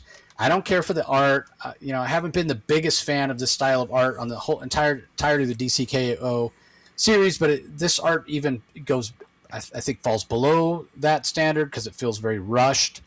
And I don't know. I'm just somebody who prefers, and I understand art's subjective, very subjective, but I'm just somebody that really enjoys clean lines and clean artwork, and this is not that or whatever. And again, we're going to get spoilery here, everybody. So if you haven't read this and you don't want to be spoiled, just spoiler alert. Spoilers here. But I'm going to remind everybody because we get the winner of the tournament, and it's effing Lex Luthor. And I'm just like, wait, what? What? Of all, and I guess when you think about it, okay, well, it makes sense, right? Well, maybe it should have been the Joker because he's really the most Omega. He's the most evil. Well, no, because the Joker changes sides. He sees the way the wind's blowing, knows that nobody's going to win the Omega tournament but Darkseid, and he chooses to change sides at the beginning. But, we mentioned at the end of a Night Fight last issue about how Batman comes back. That added a wrinkle. Hey, maybe Batman could be the one that wins. Now, I feel like, Batman's had enough of his time in the sun over the last 5 or 6 years. And we talked a lot about, okay, we feel like Metal's a Batman story. Death Metal's a Wonder Woman story. So it was Superman's turn, and it felt like Superman was going to win, but then he's got the rug pulled out from him right at the end with Lex Luthor. So it's almost like, I feel like in a lot of ways, the writers editorial over there at DC is like, hey, we're gonna talk about doing this event where the heroes fight the heroes, and there's actually an in-continuity reason for it. Yeah. We're going to talk about how, hey, this is inspired by those fabulous conversations that you have with your buddies at the comic shop of who would win in a fight between Spider-Man and the Hulk or Thor and Iron Man or whomever, right? And it almost feels like that's only been lip service because, we start off with the first 32 contestants and they don't even really fight each other. Instead, it was that MacGuffin hunt where they raced to get the 16 items, which then didn't matter and went away. Yeah. And then we've had different okay, well, now it's going to be team up of these two against these two, whatever. So it hasn't really felt like a true story that gave us, this person versus this person and who would win. Yeah. Well, at the end of the day, who's ever going to win any of those fights, and those arguments can be fun, but ultimately they're futile. Stan Lee was always fond of saying, who's going to win in a fight between, A and B? Whoever the writer needs to win that fight to advance the story. Yeah. And that's really what this has come down to, right? So, which is fine, but don't sell it as something and then have it be something else. Now, to the credit of the writers and DC, they did tell us right at the end of DCKO1, none of these characters that are in the tournament are actually going to be the ones that win. And even here, right, like we see Luthor, he's the last man standing, and supposedly we have our King Omega, except no, not really. Really, it's going to be Darkseid who wins in the end. So like I said, when I first read it, I was like, this is so disrespectful to these characters, so disrespectful to Superman. To have Lex Luthor win just feels like it diminishes the whole universe overall. Having the absolute characters show up here at the beginning of this issue to be sort of the foot soldiers of Darkseid, it diminishes and kind of demeans them. I just want to add, though, I just want to clarify something. So it's Lex Luthor versus Darkseid to become King Omega. Lex Luthor does not become King Omega. That's not decided yet. That's going to be decided next issue.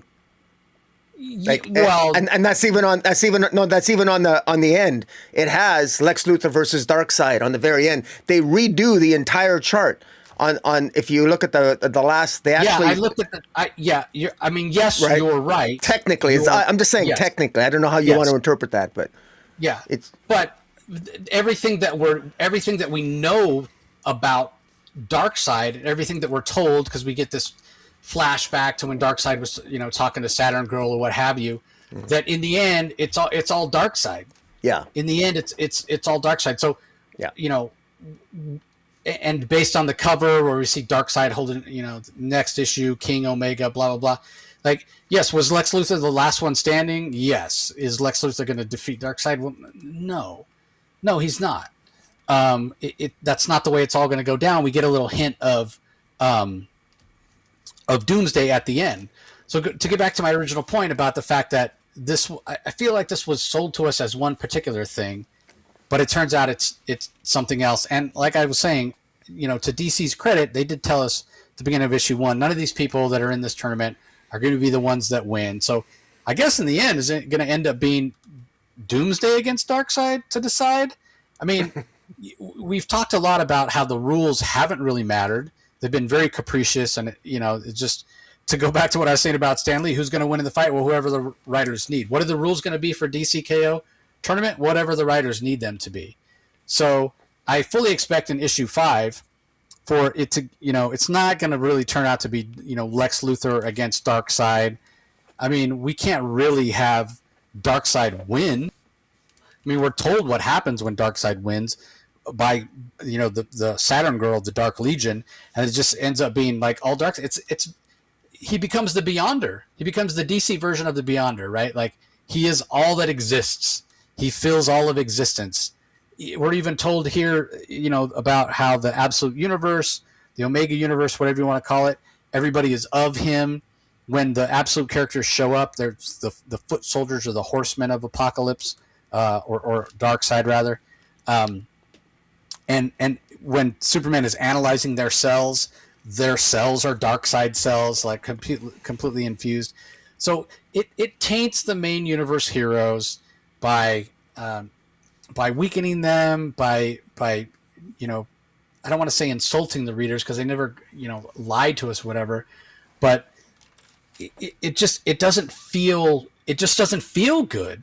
It doesn't feel good for main universe characters. It doesn't feel good to sort of taint the Absolute characters, which they've really been selling quite well, but it almost feels like, and I'm sure this is not the case because I'm sure this was planned from the beginning, that this would be sort of the first crossover, just because so many people are going to think it's so cool. Here's the first chance to see the Absolute Universe characters interact with the main universe characters. But if I didn't know better, I would think it was just, oh my God, the Absolute books and the Absolute line is selling like crazy.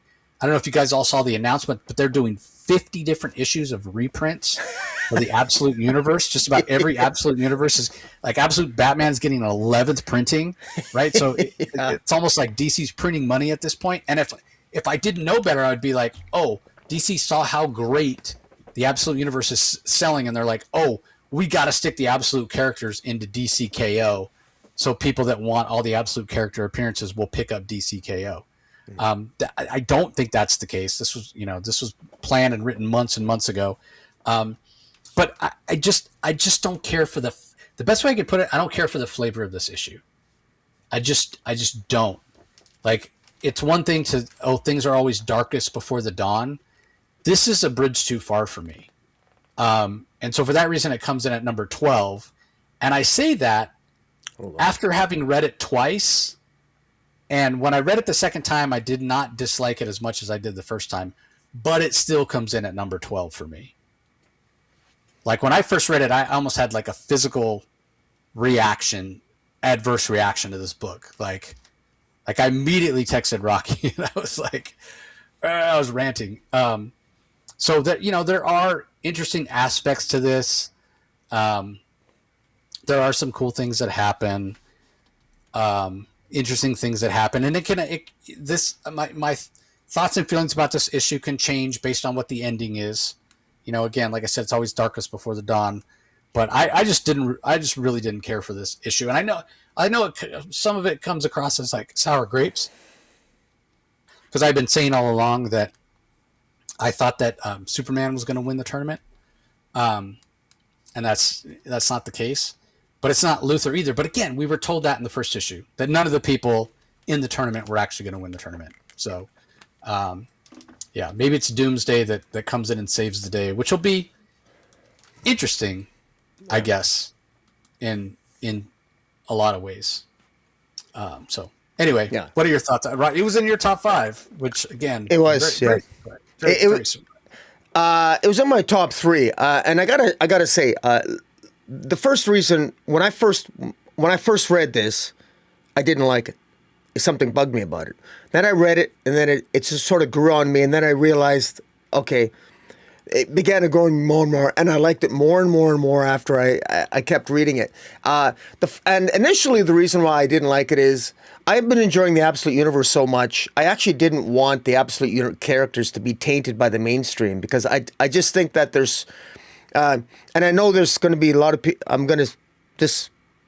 Well, I don't think what I'm about to say is controversial, but I think the Absolute characters, the Absolute Trinity, is just miles above the mainstream Trinity in terms of interest. Fascinating to me. I just, as much as I might be enjoying Superman and the mainstream Superman comic and the mainstream Batman, it doesn't hold a candle to the Absolute titles. It just doesn't, in my opinion.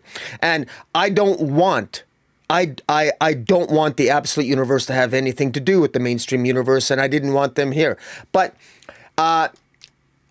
I like the way that this was handled. I like the way that Snyder scripted this. First of all, we have to say, how cool is it that, all of a sudden we have Lex Luthor and Wonder Woman and Superman, and they got to take on the Absolute Trinity. Oh my God! And of course the Joker's on their side, but the Joker switches sides. Because, of course, it's the Joker switching sides. And now I could go back to my usual, because I've had the one constructive criticism, and maybe not so constructive at times, that the rules, what are the rules here? The rules don't seem to be followed. Well, there are no rules. It's chaos. It's the Omega Sanction. I mean, there's no rules. And Joker doesn't follow the rules. Darkseid doesn't follow the rules. That's just the way it is. And so this has been chaos, chaos, chaos. And the bottom line is the Joker switches sides, and Darkseid loves that.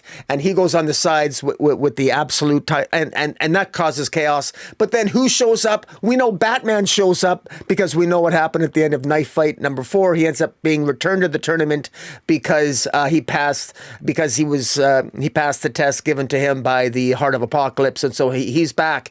And what I really like is how these battles were scripted between mainstream Wonder Woman and the Absolute Wonder Woman. I love their conversation, the sacrifice versus the magic lasso, and I love the dialogue, and there was an epicness to this, and there was, some of the pages here, like, you said that you weren't a fan of the art.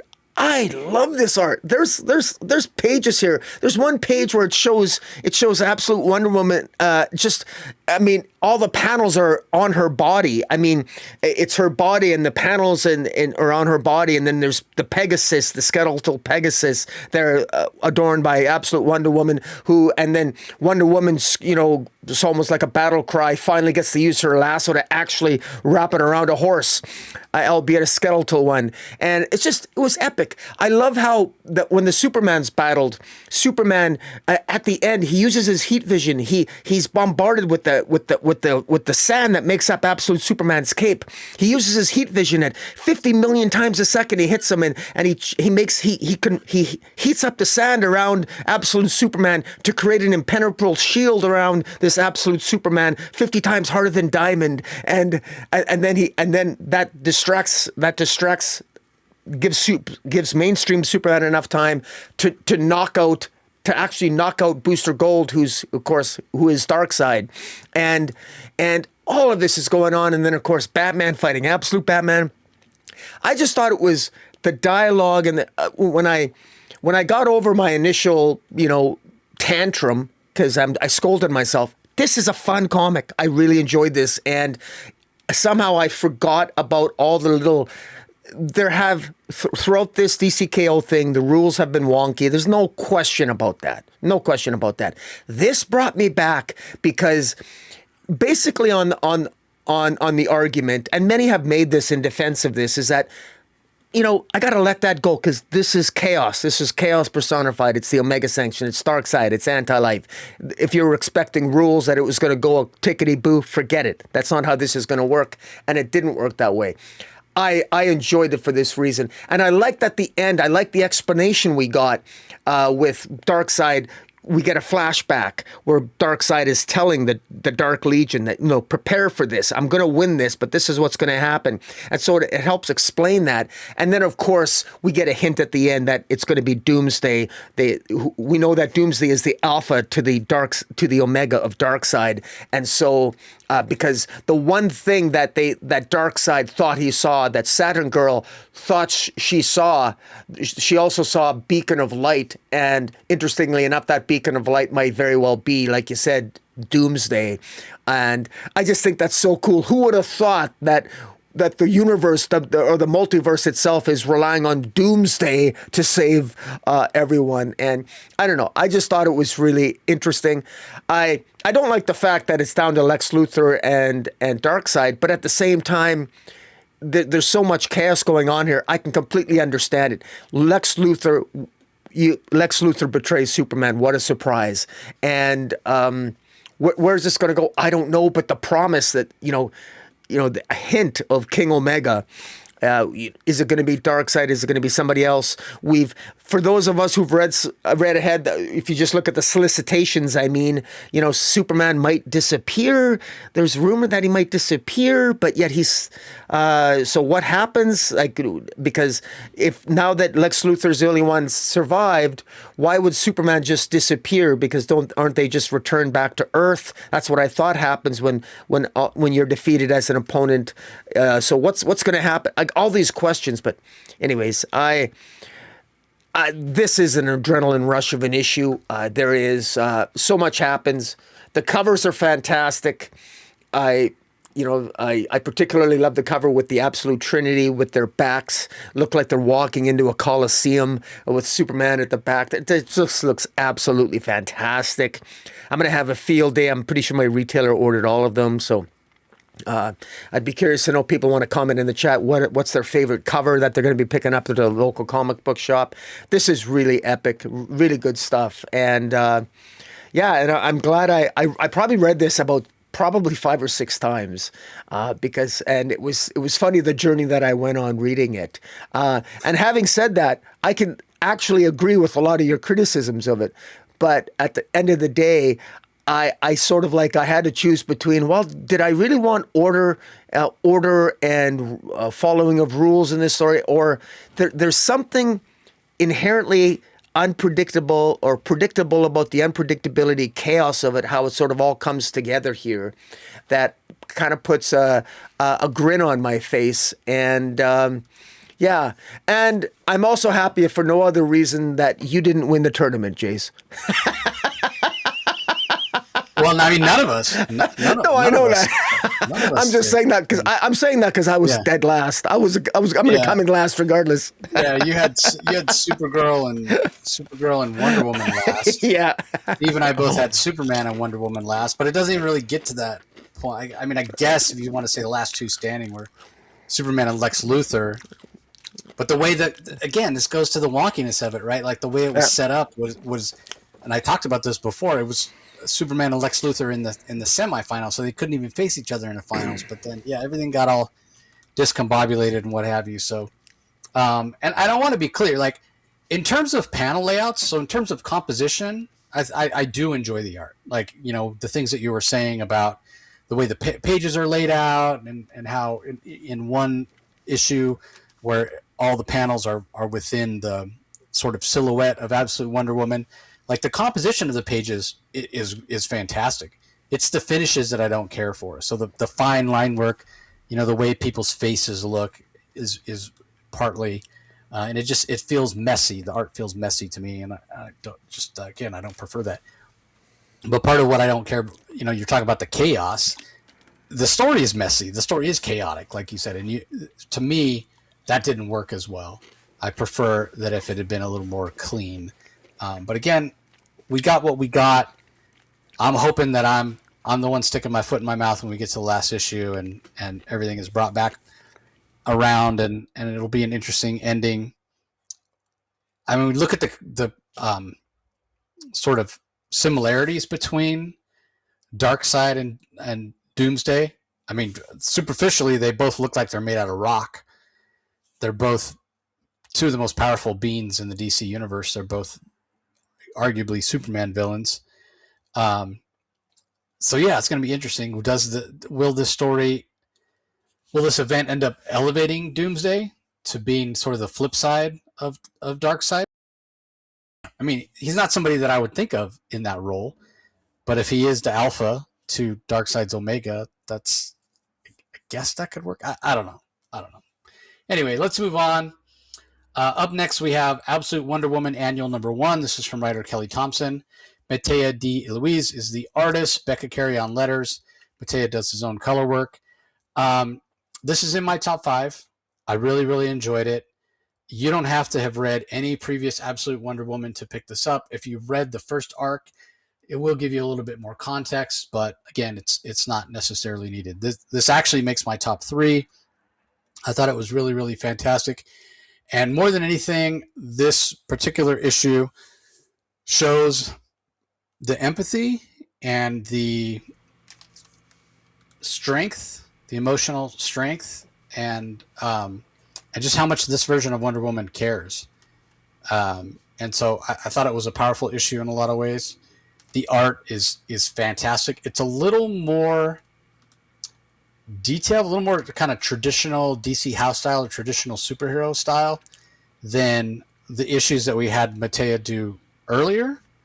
Those issues felt a little more digitally painted, a little bit more like the work that he did on the Cull that he also did with Kelly Thompson. That's their independent series over at Image. So I thought this art was fantastic. I thought the story was fantastic. Really, really enjoyed it. I expect this to be in high demand just based on the fact that it's a absolute annual. And Mateo's art, he just blows it out of the water. So, yeah, this will sell out. That's my prediction. Yeah. I know I'm going out on a limb saying an absolute title will sell out, but that's my prediction. So, what are your thoughts on it? This is in my top 3 for sure. I absolutely loved it. I love the story of Medusa, and those people. I won't go into too much detail, but the story of Medusa, it is sort of a controversial story. It's a story that has different interpretations. There are stories where Medusa herself, was Medusa the villain in the story, or was she a victim of Aphrodite's wrath, because Medusa had an affair with Aphrodite's husband, and she was punished by giving. She was a beautiful woman made ugly and given eyes that would turn people to stone, so no one could look at her. And that curse that Medusa has. What I love the way it's addressed here is that it's Wonder Woman. Wonder Woman goes to basically goes to Aphrodite and wants. Is that Aphrodite? Did I get their name? Or is it? Yeah, that's right, isn't it? Isn't it Athena? Athena. Sorry, I apologize. Yeah, because I'm pretty sure. I got that wrong. In any event, yeah, Athena was the one that cursed her. But Athena was Athena. The fact that Athena has some reluctance, that she's a little bit reluctant to want to help Wonder Woman. You know, why do you want to basically cure Medusa? Well, it's because Wonder Woman in issue 5 of Absolute Wonder Woman. While you don't have to read the first Wonder Woman arc, you're definitely encouraged to, because you get more out of it. Wonder Woman used her sacrifice lasso. She can form and basically take whatever shape or iteration she wants of any life form, essentially. And Wonder Woman was essentially, for all intents and purposes, she experienced being Medusa for the first time in taking out the Tetracide monster. And she saw all the suffering that Medusa went through. And her compassion for Medusa has compelled her to repeatedly, at the beginning of this issue, cry out to Athena to basically hear my call, because she wants Athena to give her the ability to look Medusa in the eyes and have a conversation with her, essentially to encourage Medusa to use her sacrifice lasso to basically cure herself. And that's ultimately what the full story is, and ultimately that's what happens at the end. It's very well done. The narrative is beautiful. It's a mythological tale told so brilliantly. And what I love how Kelly Thompson wrote it is that it's not about whether Medusa was good or bad. It's not about whether Athena was good or bad. It's about both sides being able to win, and that harkens to It's related to the conversation that a young Diana had with Athena, talking about, they would play chess. Athena would always win at chess, but even as a young age, young Wonder Woman Diana knew that it's possible for both sides to win sometimes. Just because you can win doesn't mean that you need to win. If both can win, isn't that the better outcome? And then at the end, Medusa, not only, really, everybody won. Everybody won. Medusa, she overcomes the curse. She reunites with her sisters. Diana wins. She gets some kind of redemption because she experienced what Medusa went through. And Athena herself learned something from Diana, which is always interesting. I love how Kelly Thompson have the gods learn something from the very person that worships them. And it's just brilliant. And the dialogue's great. Art's fantastic. Yeah, high recommend. Yeah, it was really interesting as well. One last thing I'll mention: why Medusa suffers so much, like the lack of being able to look at somebody and have them look back, to not be seen, right? Nobody can see Medusa. If you look at Medusa and she looks back at you, you're turned to stone. Like that connection, that visual connection of seeing somebody and being seen, right? So very powerful. Yeah. When you think about it, the pain of Medusa. Even though she's alive, even though she exists, in a way she's been erased from existence. Do you really exist if no one can look at you and you look back at them and have that connection, right? It sounds really stupid, but goes back to that whole idea, if a tree falls in the forest and no one hears it, does it make a sound? Yeah. Well, theoretically, yes, it does, but not really. No one hears it. It comes and goes without making an impact. So I thought that was a powerful idea as well. All right, last book we'll talk about in detail, Supergirl number 10, written by Sophie Campbell, Joe Quinones on art, letters by Dave Sharp. Joe Quinones handles his own colors. I really like his art style. If it's not going to be Sophie Campbell on art, I prefer Joe Quinones on art. This is My Bloody Valentine. One thing Sophie Campbell does really well is lean into the idea of whatever holiday. I thought the Christmas issue was really great. This Valentine issue is really great as well. All that being said, this didn't make my top 10 or top 5. It comes in at number 10 for me. But I will say that, we talked a lot about Mark Waid giving a Silver Age feel to modern Silver Age story feel to Action Comics. In a way, Sophie Campbell's doing the same thing, just even more out there and wacky with the stories that she's telling in Supergirl. Because in this one, Supergirl starts to fall in love with this guy because he's wearing a pink kryptonite earring. And apparently pink kryptonite is going to make a Kryptonian fall in love with who's ever wearing the pink kryptonite. So it's out there. It's wacky, very Silver Age feel, and probably really enjoyable for younger readers. So anything to add, Rocky? Yeah. First of all, I love romance style covers. I've said before, I got a small but very sentimental collection of romance comics, and I just love these types of covers. I love cover A and I love cover B. I'm old school. I actually love word balloons. I love word balloons on covers. I wish they'd bring them back, and I know that that's probably old school but I really miss that. I wish we'd see more of it. And but no, I thought this was a fun issue. I thought it was well written. This was a lot of she's really defining this. She's really defining her moment, Sophie Campbell. She's having a lot of fun with this title, and she's giving Supergirl her own unique voice, and I think I've been enjoying this more than I would have thought, much to my surprise. But it is a little bit wonky, but it is fun, and it ends on a cliffhanger because Supergirl leaves the bottle city of Kandor, and just when this ends on a cliffhanger, and I'm sorry I can't have it up on the screen because I'm currently unable to access fortunately this is the last comic, but in any event, let's just say that something's going on in Kandor at the end, and this is leading into the War of the Superboys, or some conflict with the Superboys, which has been teased in the last few months by DC Comics. And in any event, yeah, this is. I would encourage people to pick this up if for no other reason. The covers are pretty cool, but the story's good too. I think the story's enjoyable. Yeah, again, if I can't have Sophie Campbell on art, then Joe Quinones is he's a fantastic artist. But it just, I mean, look at that cover that Sophie Campbell did that you see behind me and Rocky, and it's like, man, that's what I wanted. But I get it, right? It's like, gorgeous. Yeah, it's hard to write and draw like a monthly book. That's why nobody does it, or very few people, especially not where maybe you do 8 issues a year if you're the writer artist, but doing 12 issues is it's just not done anymore. So, all right. There are some other single issues out this week that I want to mention. I mentioned all those different absolute reprints. This is not part of them because these were solicited a while back. All those 50 issues that I mentioned are able to be ordered right now. But we do have a second printing of Absolute Batman 14. There are 2 different covers for that. And then there are 5, 6, 7. Yeah. There are 7 different covers of a second printing of Absolute Batman 15. That's the one that was the kind of the Absolute Joker origin. So there's a reprint that reprints cover A, and then there's a reprint of the Ben Oliver, and that's a foil, and there's also a Brian Boland foil.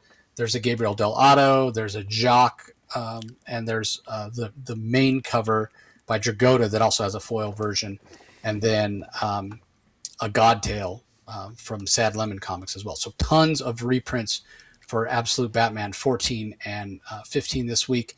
And then there's also a second printing of Aquaman number 11, which is really, I find to be really interesting. A facsimile edition of Superman number 423.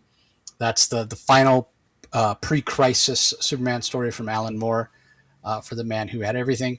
And then there's also a black and white version of Dark Knight's Death Metal, issue 1.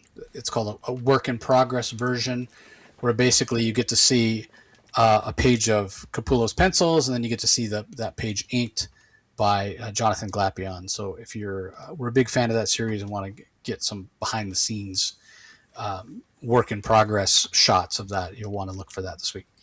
In terms of collections this week, we have DC's Finest Green Arrow, The Trial of Oliver Queen, which collects Green Arrow 9 through 20 and Annual 2.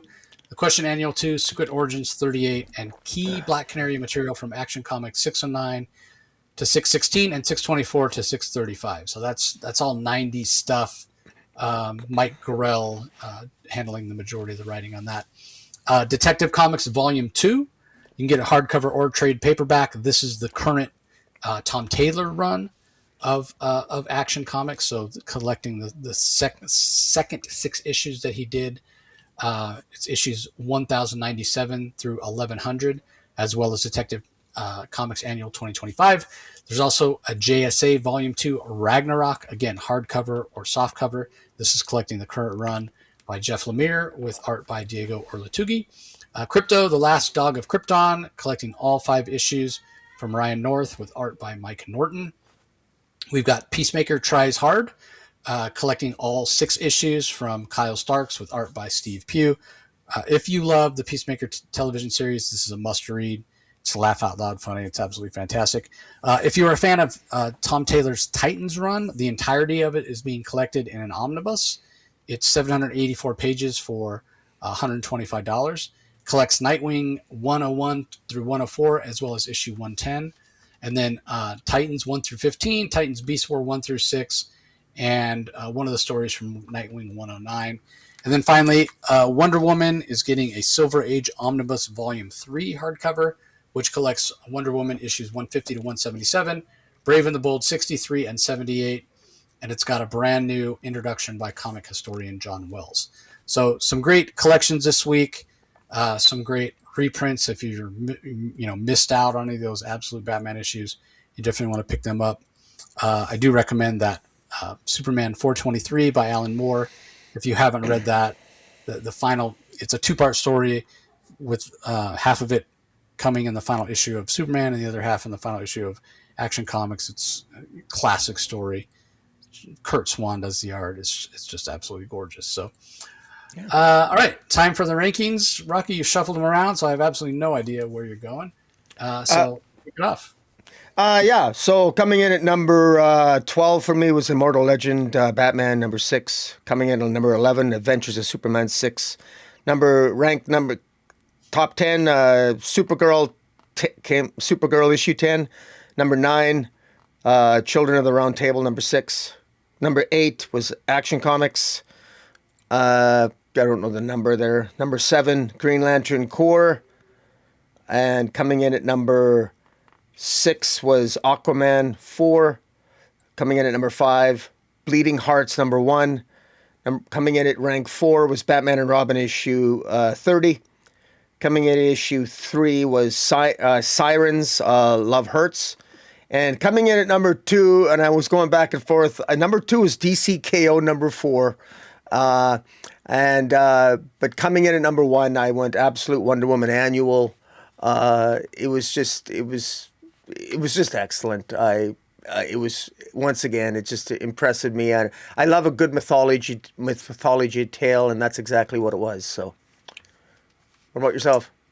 Interesting. Yeah. I mean, with the initial ranks before we started recording, we had quite a few things the same, and now things have really shifted, and we've got,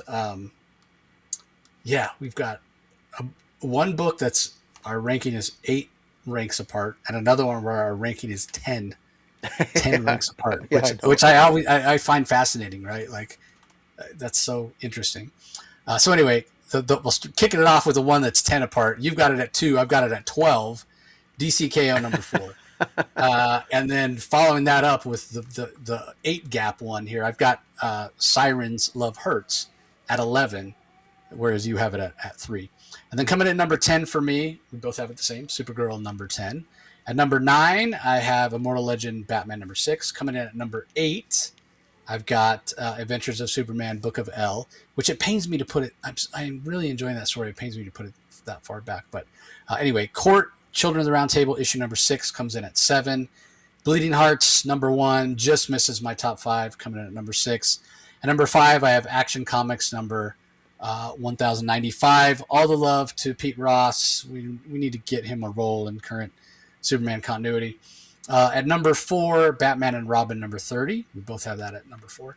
At number 3 for me, Absolute Wonder Woman Annual number 1. Coming in at number 2, and again, this was I struggled like you did with my 2 and 1. Coming in at number 2, man, even now, it's so, because Jeremy Adams did such a fantastic job of building that history and fleshing out the biological parents of Mira. But I gotta put Aquaman 14 at 2, and for the second month in a row, because Green Lantern Corps number 12 was book of the month for me, and Green Lantern Corps number 13 is also book of the month for me.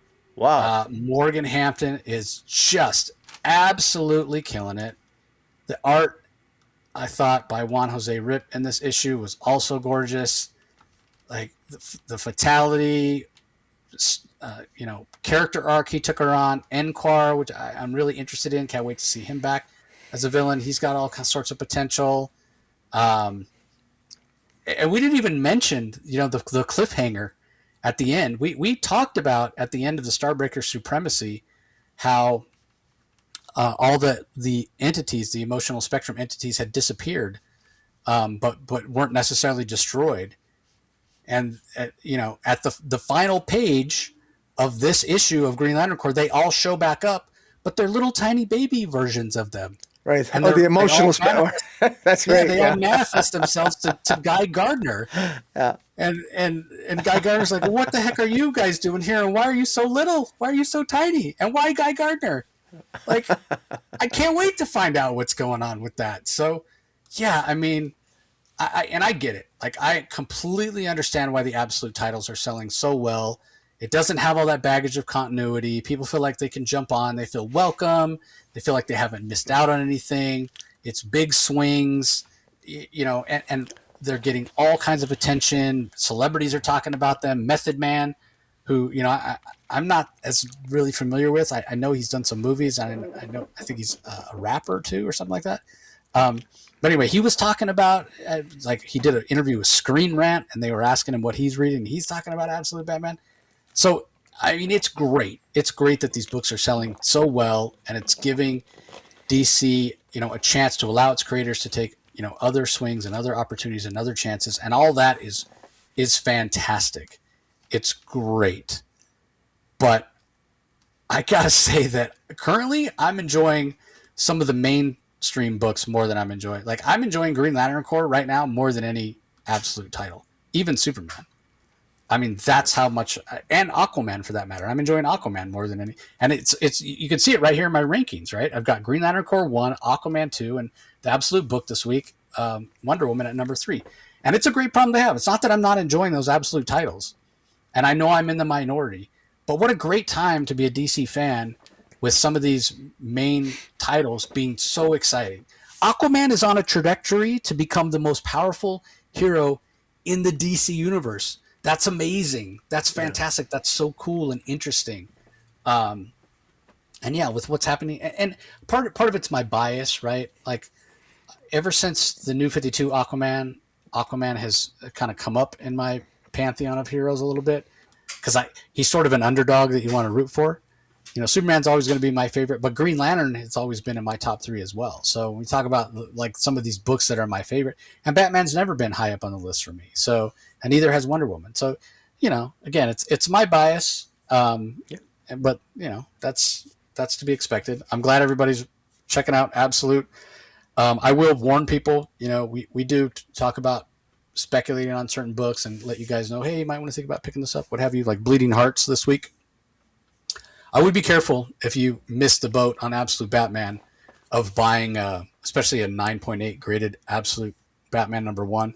This is a book that's barely over a year old, and it's selling for $400. That's crazy. And on top of that, they're adding about 80 to 100 issues of Absolute Batman number 1 in 9.8 grade per week right now. Yeah. Eventually the market's going to be saturated, and those prices are everybody that wants an Absolute Batman 9.8 is going to get one eventually. For sure. At the rate they're going. Yep. And then the price is going to come way down. So I would be really careful. I would be patient. I don't want people to think, oh yeah, I hit the gold mine because I bought this book, October 2024, and it's worth $400. This is fantastic. It's going to keep going up, and this time next year it's going to be worth $800 or $1,000 or whatever. That's not the case. That's not the case. When you've been collecting comics as long as Rocky and I have, we've seen these boom bust cycles time and time again. Most recently in 2020, everybody had their COVID money. Books shot up like crazy. First appearance of Miles Morales. Selling for $40,000, the Djurjevic variant. Remember that, Rocky? Yeah, $40,000. That's insane. $40,000. Now you can get that book for like $2,000. Yeah. I'm just saying, everybody, if you just want to read it, again, the 11th printing is coming out soon. Don't feel obligated to go out there and buy the $400 9.8 because I just got to have it. If you want it, you'll have the chance to get it later on down the line for half that. I will guarantee you that. So anyway, that's going to do it for this episode. Appreciate everybody joining as always. Don't forget, like, subscribe, do all that stuff. I'm not going to go through it because my voice is kind of shot, and I got to travel for work tomorrow. So I want to get to bed early. Anyway, any last thoughts, Rocky, before we sign off? Another good week for comic books, and I'll see everyone next week. Yeah, thanks for taking the time to join, everybody. We appreciate it as always, and we'll talk to you next time. Catch you later.